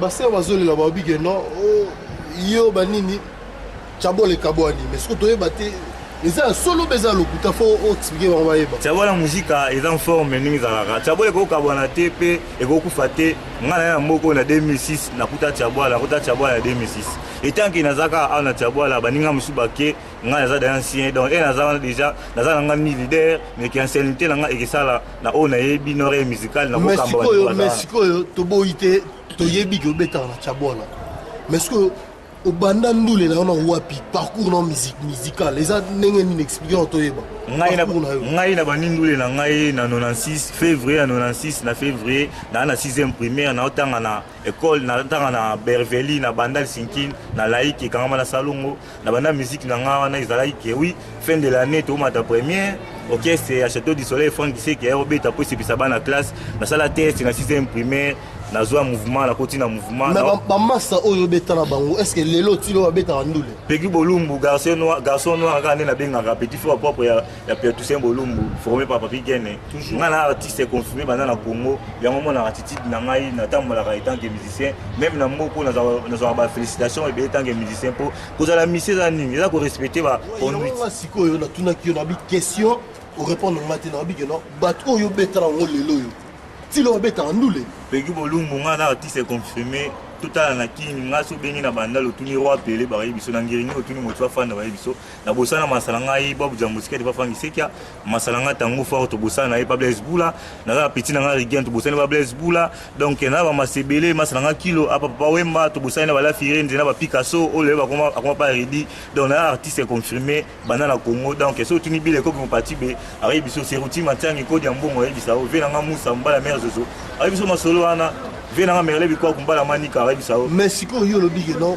betan batu basé pas Bill Clinton basé pas JDT basé to boité mais ce que l'on y au sala ko prouver ba ya solo anduleman ngana anduleman ba bloke belé na sala ba JDT bazwango ba mabiala na ya bon na ba l'on y au beta ba bon na te mabiala o na pesa mabiala na kala za bon mo boya ba mona ki ona ye samedi soir ba mona ki ona ye na Jean Willy Yaba na faux position masano ya baiser na monoko na bino yozalaki kutu kwentosite bato pelisusu kwendisposer dino velela Mimi Kase Gisèle Maimbi Fatou na efsaki bino tokutana na mutu oyo tosola na ye donc na bosanité a Debayol Mukimi Jonathan Mukimi na efsaki ke masolo yango tokutana tokutanaki na Fabregas tosolaki mais so Fabregas na lobby mutu lokola Yasmine na minute Yasmine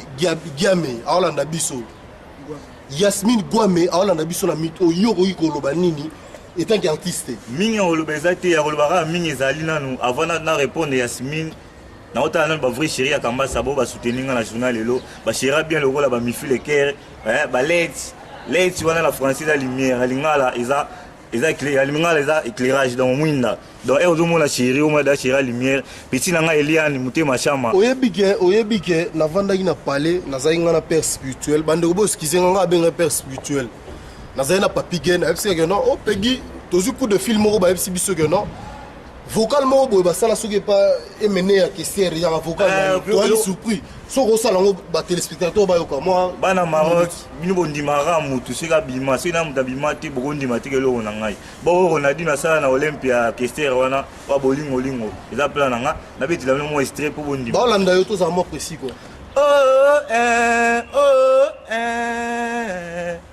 bolingolingo ya Peggy Bolumbu bolingolingo ya Toussaint Bolumbu bolingolingo na ndako ya Nzambe étudiant samba bilekoki bana Maroc baboyi kosilisa yango mpo bino so mise na bima te so abiki plan velanga bilekoki mopati be babenga hymne national mikolo kisalo tadi la business ya mbongo merci na bamsangoni bamsi sangote papite baplace olanda yo mo liloba mpona mboka na biso na makambo ezoya actuellement bon avant tunaloba vraiment papi gene merci à toi epeza plaisir monene ya caméra na yo po tobela mingimingi makambo ya mboka moni gene lelo tozoyeba susu te bavaleur ajoute na biso bacongolais parce que toza na distraction trop ole tolobaka mingi makambo ya mboka mais tozolobelaka mingi bacongolais mais lelo gene azoyebisa o mboka wana biso nyonso toza na susi na yango ezalaka te ke baza na Maroc baza bote wana eza mboka na biso epe bana kini oyesa bana kini lelo ke nulle part ovanda bien en dehors ya mboka na yo donc kongo wana ezalaka ya biso donc tofungola misu bagene lelo batelemi bango makambo mboka donc biso mpe toza na mpona makambo mboka bo nayebi te gene soki question tozali vraiment naza près quoi. Alors, pour l'élection, il y a des conditions meilleures et normales. Conseil de ça, il y a des bon, mingi bakonzi na olobela bango te parce que bayebi musala na bango. Mais mingi eza bana mboka. Bana mboka vraiment il est temps les autres moni que peuple ne ezo décider. Eza te ki mukonzi aloba to yo ki poza mukonzi te. Les autres pesi sous chance ya mibale ceux qui na belle élection. Mais pourquoi te voter? Il faut te voter. Et puis qu'on vote, on a voté, on a voté, on a roulé pour retriquer. Il est temps, le monde va tunisien, le monde va ivoirien, toi qui es moutiqué, tu vas ivoirien. Ivoirien, tu vas biso, comment tu as esprit à gagner. Tu vas bien, biso, comment tu as esprit, tu vas nyama. Mais toi, tu vas nyama. Donc, il y a l'élection, plusieurs élections, similité, si vous compliments, il faut que vous m'ayez la sécurité, la beauté, il faut que vous m'ayez, donc il faut appliquer. Il faut que vous m'ayez esprit mais baso konza biso kana ki esprit na biso baso mo te esimba teki donc idée ezaka yeno to voter to s'envoler mais après on a ma résultat sur le monde clarté to ganga oeba to ganga vraiment kasi ku tu faire teki non ça va pas ndenge élection za na mboka l'autre fois na wote kolanda Zakari Barabaswe alobelaki concernant ma mboka en plus ngamona nous naza membre IDPS donc biso bataille IDPS tout ça tout ça acquis au changement to lingi mboka na biso bonga. Et puis souci na biso primordial les alliés nationaux à Kumbela Mboka. Donc congolais de père, de mère, de sang comme Ngayo ndenge bala misuku ba. Alors to pona ki Tshisekedi. Donc c'est mieux natalaki tourner à Tshisekedi na Lubumbashi en tout cas na monaki mokili ebele na sepela ki tout. Donc nazo senga na bato o nyonso baza pour ou bien bazo préparer ba postuler la présidence. C'est lié à s'aligner derrière Tshisekedi, va soutenir Tshisekedi. De façon que le candidat va à la milité, Joseph na Tshisekedi. Actuellement, c'est Joseph na Tshisekedi. La population va à Tshisekedi, automatiquement Joseph a recouru. Donc, alors que les premiers tours, on attend, il y a retruqué comme l'autre fois.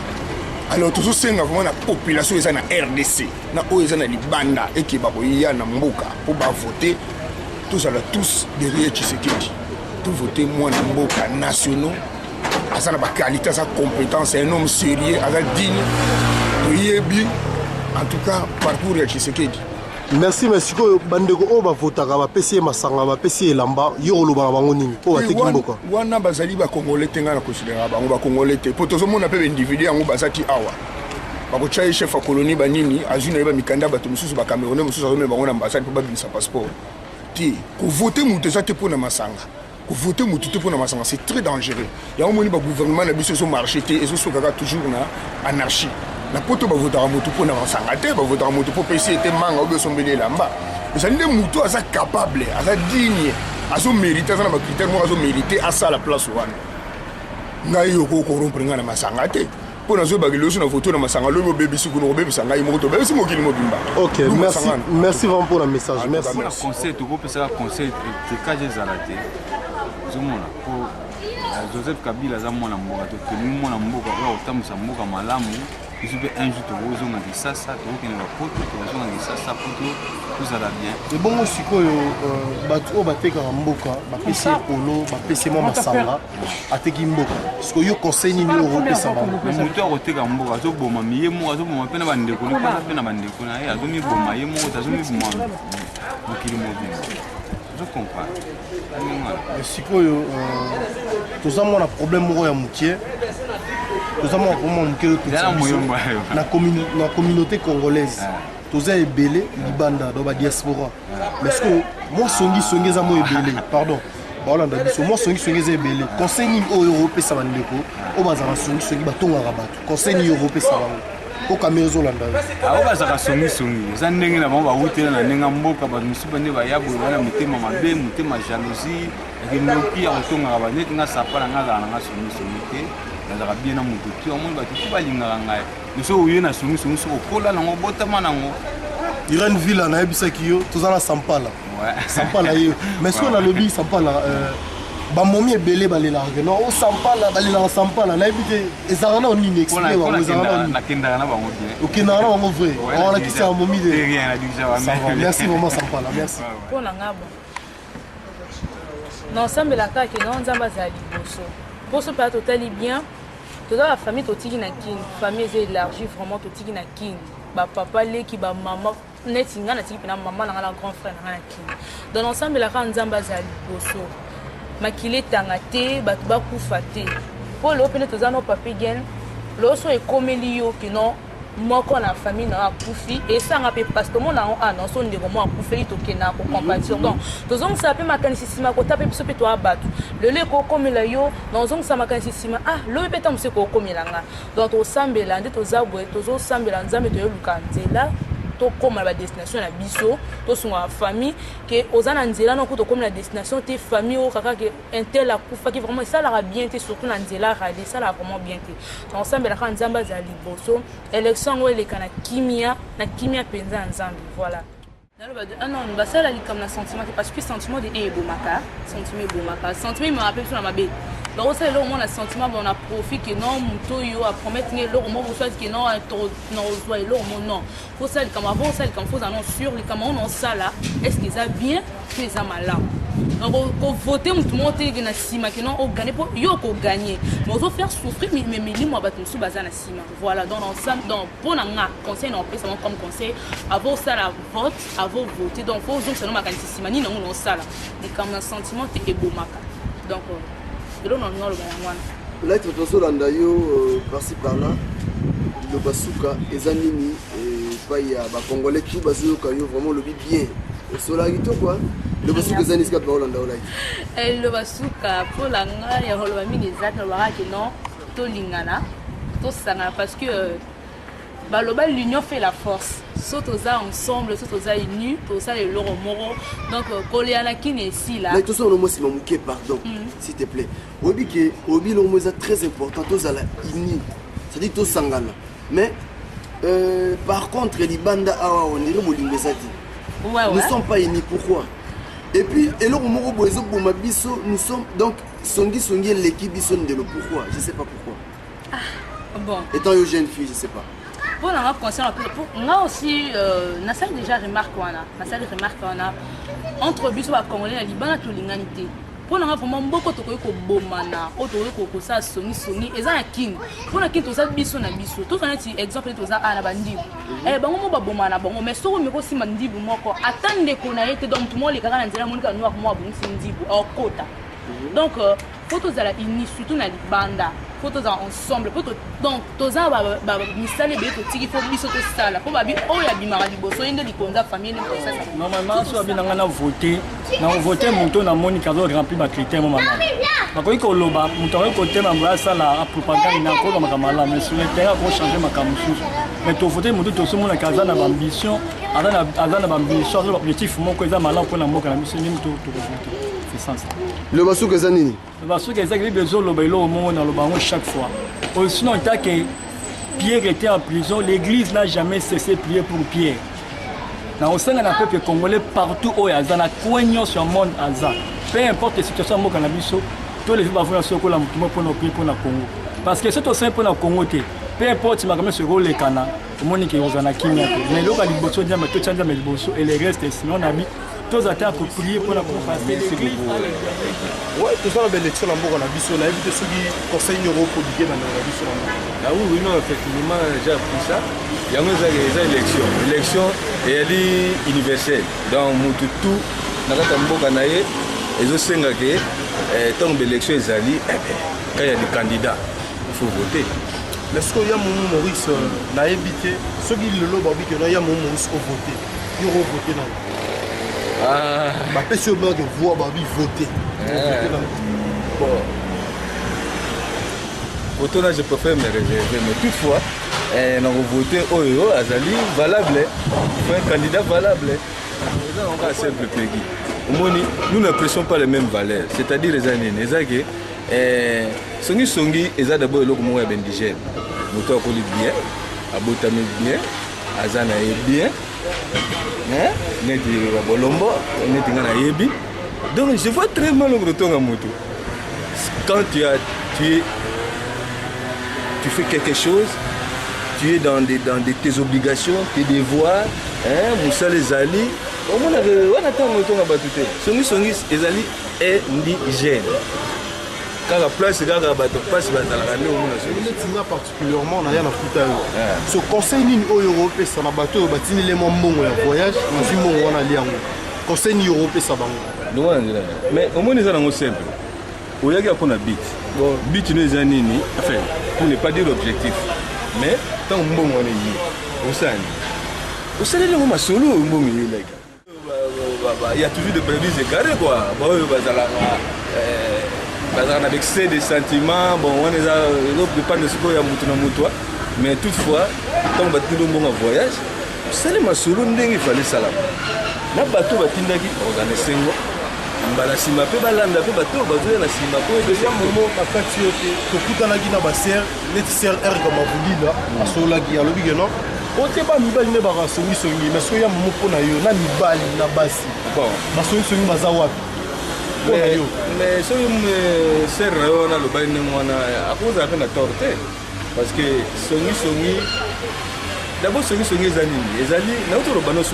indigène. Oui, mais pour nous, na mibali na basi. Donc na basi ba mibali. Mais de tout temps yo mobali rolobani. Mais pour nga pe na komona mibali ba koma na Songi. Ah donc on peut se passer raison. Et ba ser ba goza na. Ser mavudila. Merci vraiment, merci. Songi ezali logo ya basi. Mais et comme na mibali, basi kutu ba bena nzoto. Alors na osenga na mibali wana un peu de tact. Un peu de tact. Mibali ba tu ya palo te. Mibala mu esprit ya edesa mboka na biso. Yo na osenga kaka nzamba sunga abatila tinde to na élection oyo. Ye moko cha maboko vraiment quoi. Donc na minga ndo batila tikinyo sa mboka nzambe. Poza nzambe ya solo akosala pour na biso pour na Congo na biso. Donc na minga ndo vraiment te. Bato misusu bavota na loyenge, c'est-à-dire voter pour bapesi dans son lamba to masamba. Et peut-être bato ko conseiller ko pesa bango. Ye a voter pour bapesi lamba pour bapesi masamba. Mais on t'a lobi na moté. Faut taper lobi non. Donc on a un sentiment ko liate lamba te, ils ont un sens moko te. Linga voter moto ko ebike, le na lobi to zana moto wana. Pona honneur ya mboka na biso, le coup ya mboka na biso Congo. Totoli mutu ya libela liko pona sentiment te pona leki toke lamba pona za vite donc tout sepela to pona mutu au sunga mboka na biso linga malamu quoi toujours sur le chambre parce que le boni bina ke no chambre ko basi mo doit voter na miti oyo demande mboka biso zali to chete sekedi ka ba kwa aza pire mona mboka solo donc to voter sekedi poni ni to ke liboso. Alors, qui ça va te soucier dans le mot voilà, élection des caca, tricherie zalaka, corruption salamaka. Donc, conseil vous ça va tout lingi élection et c'est aux impôts et bien voilà est arrivé. Il faut tout ça la ligne. Non, donc tricherie vous allez mon caca. Bah mon conseil ça vous allez pouvoir à tricher à caca. Le souka naende, à rouler la pierre dans le souka, bah bateau à Tunisie, on va monter. À tricher naende mais la souka dans caca, tout pour le monde la mogo ya service de tout pour naende. À vous en place là. Tout ça tina te tricher na été donc pour le faire rien mais tout longa c'est que dans la vie Eric Bercy Eric Bercy pas ngambo mutuno le bosu que ça nisika kolonga en tout cas mbote mbele kwa na tiki nyonso mboka nzambe asuna Congo na biso ekili malamu na élection na ye mikolo okotolo nakutani mpe na chance oyo eza opportunité on a baina profité na passer quelques messages na bandeko bana na mboka na bao bazwa chance ya otala cassette. Gauthier tozolobela sur mboka na biso parce que à bientôt tozopasser na ba élection. Il y a peut-être point de vue na ezani na masolo ezoleka actuellement donc ezana actualité na mboka na biso. Vraiment, ça fait un grand plaisir dans l'occasion de Nazui. Nous avons passé un message dans Banamboka. Au monde Afrique échangée. Bissomoko, peuple congolais, tous en solution. Il y a vie na biso. Nous avons en Afrique, nous avons en Égypte, nous avons en Tunisie, nous avons en Côte d'Ivoire. Vraiment, Congolais, cette fois-ci, il faut avoir responsabilité na yemoko na maboko. Il y a 2 ans passés, il n'y a rien qui marche. Parlement na biso ko tutoko belate pour bamba saka pe mbazawana o to ibeka to bansa na ba solo ba aventure ba nka pe mbazaka wana donc bazo boma mboka le vieux il est là le vieux Tshisekedi il y a la père de la nation biso tout a libanda tout ça derrière le vieux donc na senga na bana mboka bo sacrifier ba 5 ans la vie na binoté likolo ya 2 bouteilles ya bok na mon t-shirt vraiment cette fois-ci besoin conscience biso to ali banda to derrière bino bozala makasi cette fois bo fungola vraiment mi suppose à la bien Moti olobi na kati tu t'es pardonné que non il y a 2 ans tu étais au pays au moment que non rien ne marche mais biso to yebi que les 5 chantiers au sala chef d'état de ça 5 chantiers au sala bien non moi j'étais là 5 chantiers au sala tenga za ikiona eza juste que ba buki moi ba nzete wana na boulevard Lumumba. C'est pas les 5 chantiers. 5 chantiers, on a un enfant dans la Guinée. Pour nous, on a 5 chantiers, on a une attente, on a que les tirs mettaient pour nous, on a 5 chantiers. Il fallait que nous on a quartier dans Ngaïmoko. On a confirmé que 5 chantiers, il n'y a rien. Juste, moi, on dit l'amour et bébé, bambi aux 5 chantiers.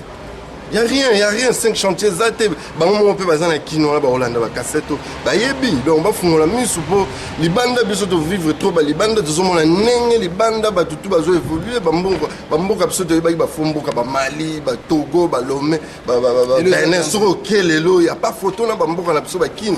Donc, Kino, il faut vraiment responsabilité, Yemoko. Alors, conseil nous copé ça bateau bagozwa grâce ya ko voter. Conseil nous copé ça. Vraiment cette fois-ci, les gens na kana bango. Les gens na kana bango, banga te makambo ba triquer ma solo te. Ma solo comme il va triquer après le proclamation biso tout na balabala. Donc bilmo boyebi bandek ba Tunisie, Égypte, ba Côte d'Ivoire donc bango ba meka koute loko na te pour ça bien te. Il s'agit ma qu'il est temps la source. Donc, bas opérer responsabilité na bango donc baba ngelo côté toi derrière bango victoire est déjà certaine donc côté wana ça va déjà dire grand donc à cette diamant. Moi je pour na moka ils sengaka ba maturité za la pena solide quoi. A politicien na biso bazala rempli na maturité politique pour évolution penezala. Donc vraiment il tout senga pena bazala uni cette fois-ci tout soit résultat moko ouais gros c'est ça va tout quoi.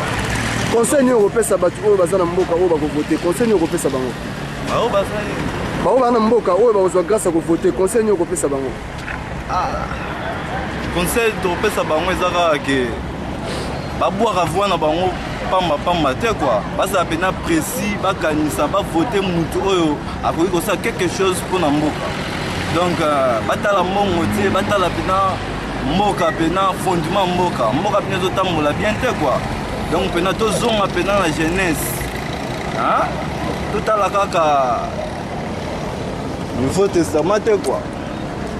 Batu bazolanda yo Yves libanda pe awawa bolingo peneza te na habité songi eleki mingi etant yo congolais conseil ni ko pesa na bandeko ko peut-être ba pratiquer songi trop ah wana za na ndenge na biso ka ba congolais précisément na colonie na biso on parle de tout le monde et de toutes choses mais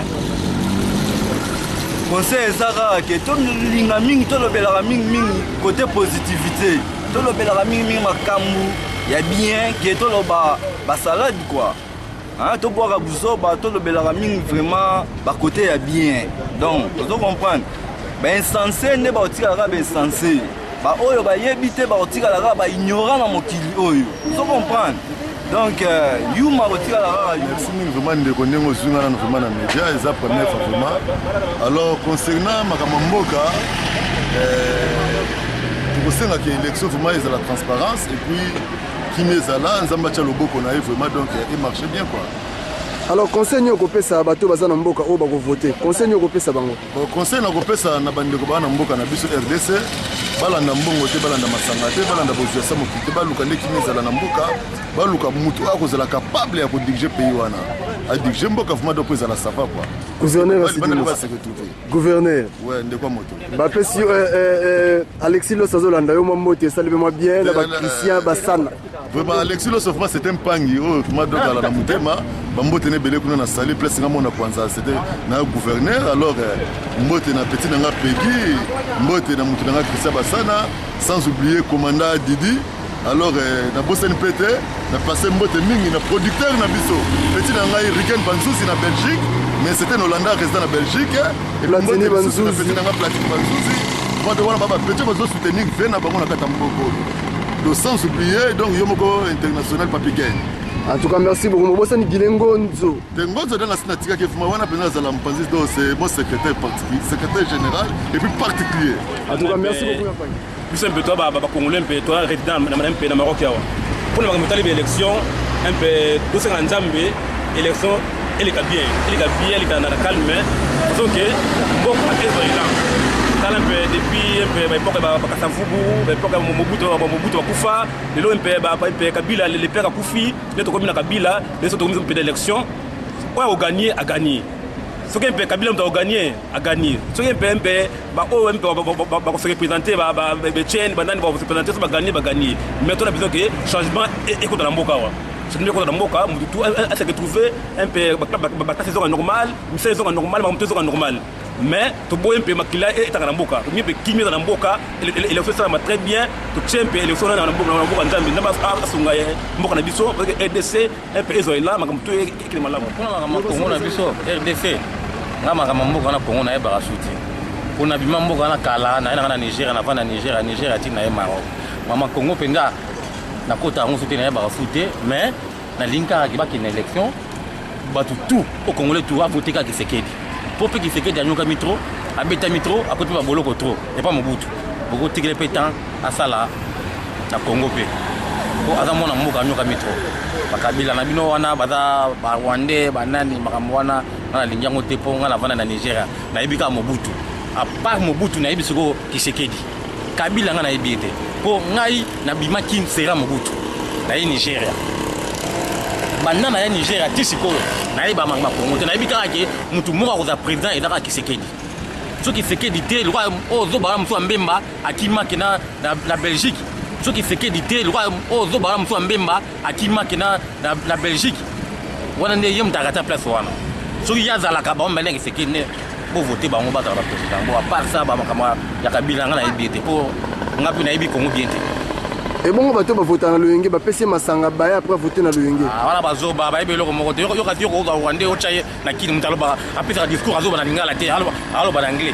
Est-ce que discours apesa mwana na mboka fa ba apesa discours na lingala puto ba ke azamo na mboka. Tout mona ngote awa na raba awa uwazo pesa muna azopesa discours na mboka na bango yo mona ngote. Hein? Mais bon hier azo ke pesa discours na mnoko opso to yebite. Fa pesa na lingala. Ozo comprendre personne ngani bango te ngai makamaki na ibite mais na mosala na ngai na ligne ka Kisekedi à place pour na Pablo lo na loba na minga loba teke balobi libanda pe to lingani te songi leki makasi na ibite conseil nyoko pesa bato ba libanda pour makambo songi po leki mingi conseil ngana opesa na bato ba cha songi o mo ndeto ya mboko mutu na mutu ayana makambo naye pe mutu na mutu aza na makambo naye o zo ma kovate makambo na ngai gen na cha na mutu na yo makambo na yo eza ya yo ya ngai Pablo eza ya ngai Pablo. Vous comprenez? Donc, Lucas vit dans l'ingénieur. Si vous avez droité, vous avez pris côté bateau va droiter au Vandi. Si vous avez vu le aller, le bébé c'est la tourne yo. Mais ça que yo le coup là, au lieu à pondu, aux amours au sommet, un kilo en gomme bête, au moins on a assumé kilo en gomme, yo si l'équipe yo li araga, Johnson, les demi poulet, donc faut tika ba colère wana mutu mtoto na ndenge na nga lelo na kozanga na nga na tangi 20 dirhams mais petit na nga na sima à cause en 50 dirhams vie toi 50 dirhams vie za ndenge ngombe nglope nga na kimbongo biso ko vite et ça étoile chance babota na ngona makila bayibaka te so nzama lobi ki aopesa ombongo aopesa mutu ko rejoite vous comprenez mutu musu basala ye po ala ndaka ba tuna sima po ya lia mutu musu basala ala leader mutu musu basala face à la patron na bureau vous comprenez mutu musu basala ye omoni yo so landi mutu musu na sima te ozo kolia te toujours zakaka mukala donc vite ndinga na malanda ngombe donc tate ke o pour moi muninga vi o songi mutalani loka biso bo baloba balemana ba mona sunde ni baloba bazate ngai na mboko na sala cop na ngai na ba étranger mais na congolais na sala business na ngai na ba congolais te ba congolais to so la ma mutu wani mais to ka ma na ba congolais to sala sama solo mais ba cop na sala na ba Nigeria ya ngoni batu balinga ga baye ba capable ta congolais ou bien nigérien mais faut yo oyebinga po ngai to utano place moko na ba molele na ba kuku ba yebi vous comprenez mais mutu sa ba ya ngai linga te ko ba congolais na pesa famille na ngai Bosco Maziara na maman Mireille na mwana bango Corel na opesa susu na chérie na ngai Clara Nchene bozolanda famille bayoki bien ça bayoki Clara Nchene bozokate Clara Nchene donetka Pablo Ntini donc comment mboka yondo yebi en poto zazaka na ba na masa na ngai kupusi na tangi ba kobanda ba président eve ba za congolais na président ba Nigeria na mobilandi la petit coup ya palais surtout bungisa aza ya ndako ya chabola akomi ya likolo ngai ku ba jour na kiti me peto na komi ya likolo na mère na mosne Sara ozolanda mère Sara na wa simbi bara ba jour yo aoteka deux fois te 10 palettes élection ezali il faut d'abord un recensement il y a tous les Congolais au bazar na Racha Congo bien sûr que Christophe il y a diaspora mais toyoki que quand on a droit il y a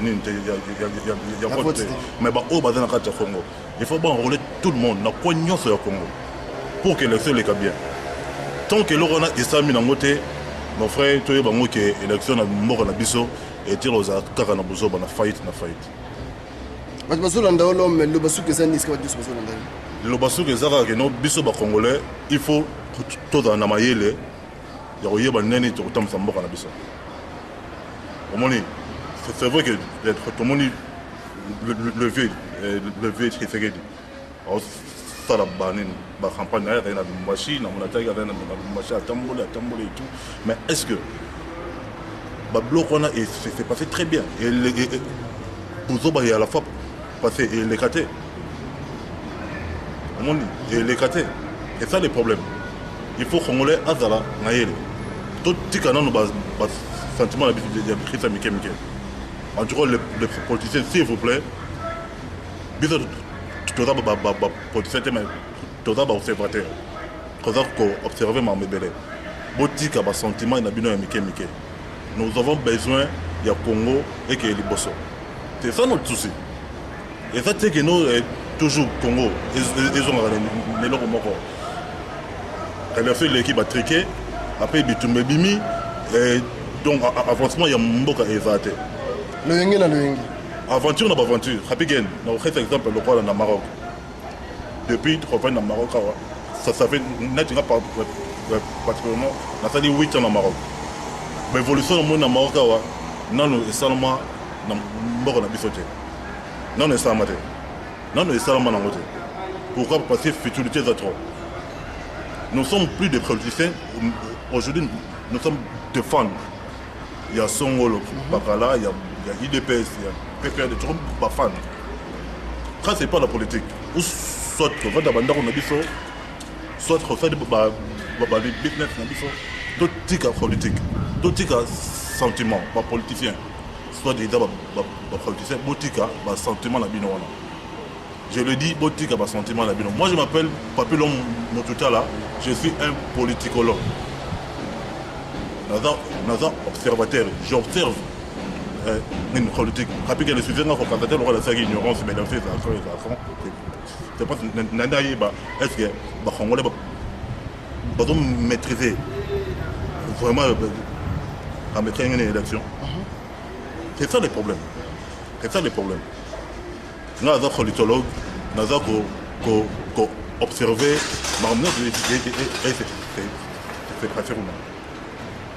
Là, c'est Congolais, nous sommes prêts à voter.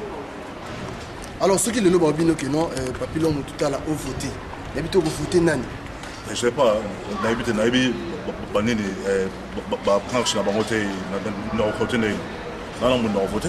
franchement. Merci beaucoup, l'homme. Ni MLC, ni IDPS, ni RPRD, nous avons Ils sont honnêtes. Nous sommes neutres, nous sommes observateurs. Et par exemple, dans les jours à venir, mais aujourd'hui, je suis comme ça. En tout cas, merci beaucoup, l'homme. Batmazolandayo, Rocky, Moututala, na Magui a fallu, Papillon mieux. Batmazolandayo a parlé, mon bambou, ça va bien, l'homme. Na pesi d'abord mbote moi na Rocky Motutala Rocambole puis petit palais na pesi mbote na pesi yo pe Papigen mbote na pesi Peggy Bolombo mbote donc ba Congolais o yogité bo sizenga mais na pesi ka mbote mimi na banira na moi nanga na bani pe na yemo Papigen et puis na Peggy Bolombo. Vaut mieux la fin d'une chose que son commencement.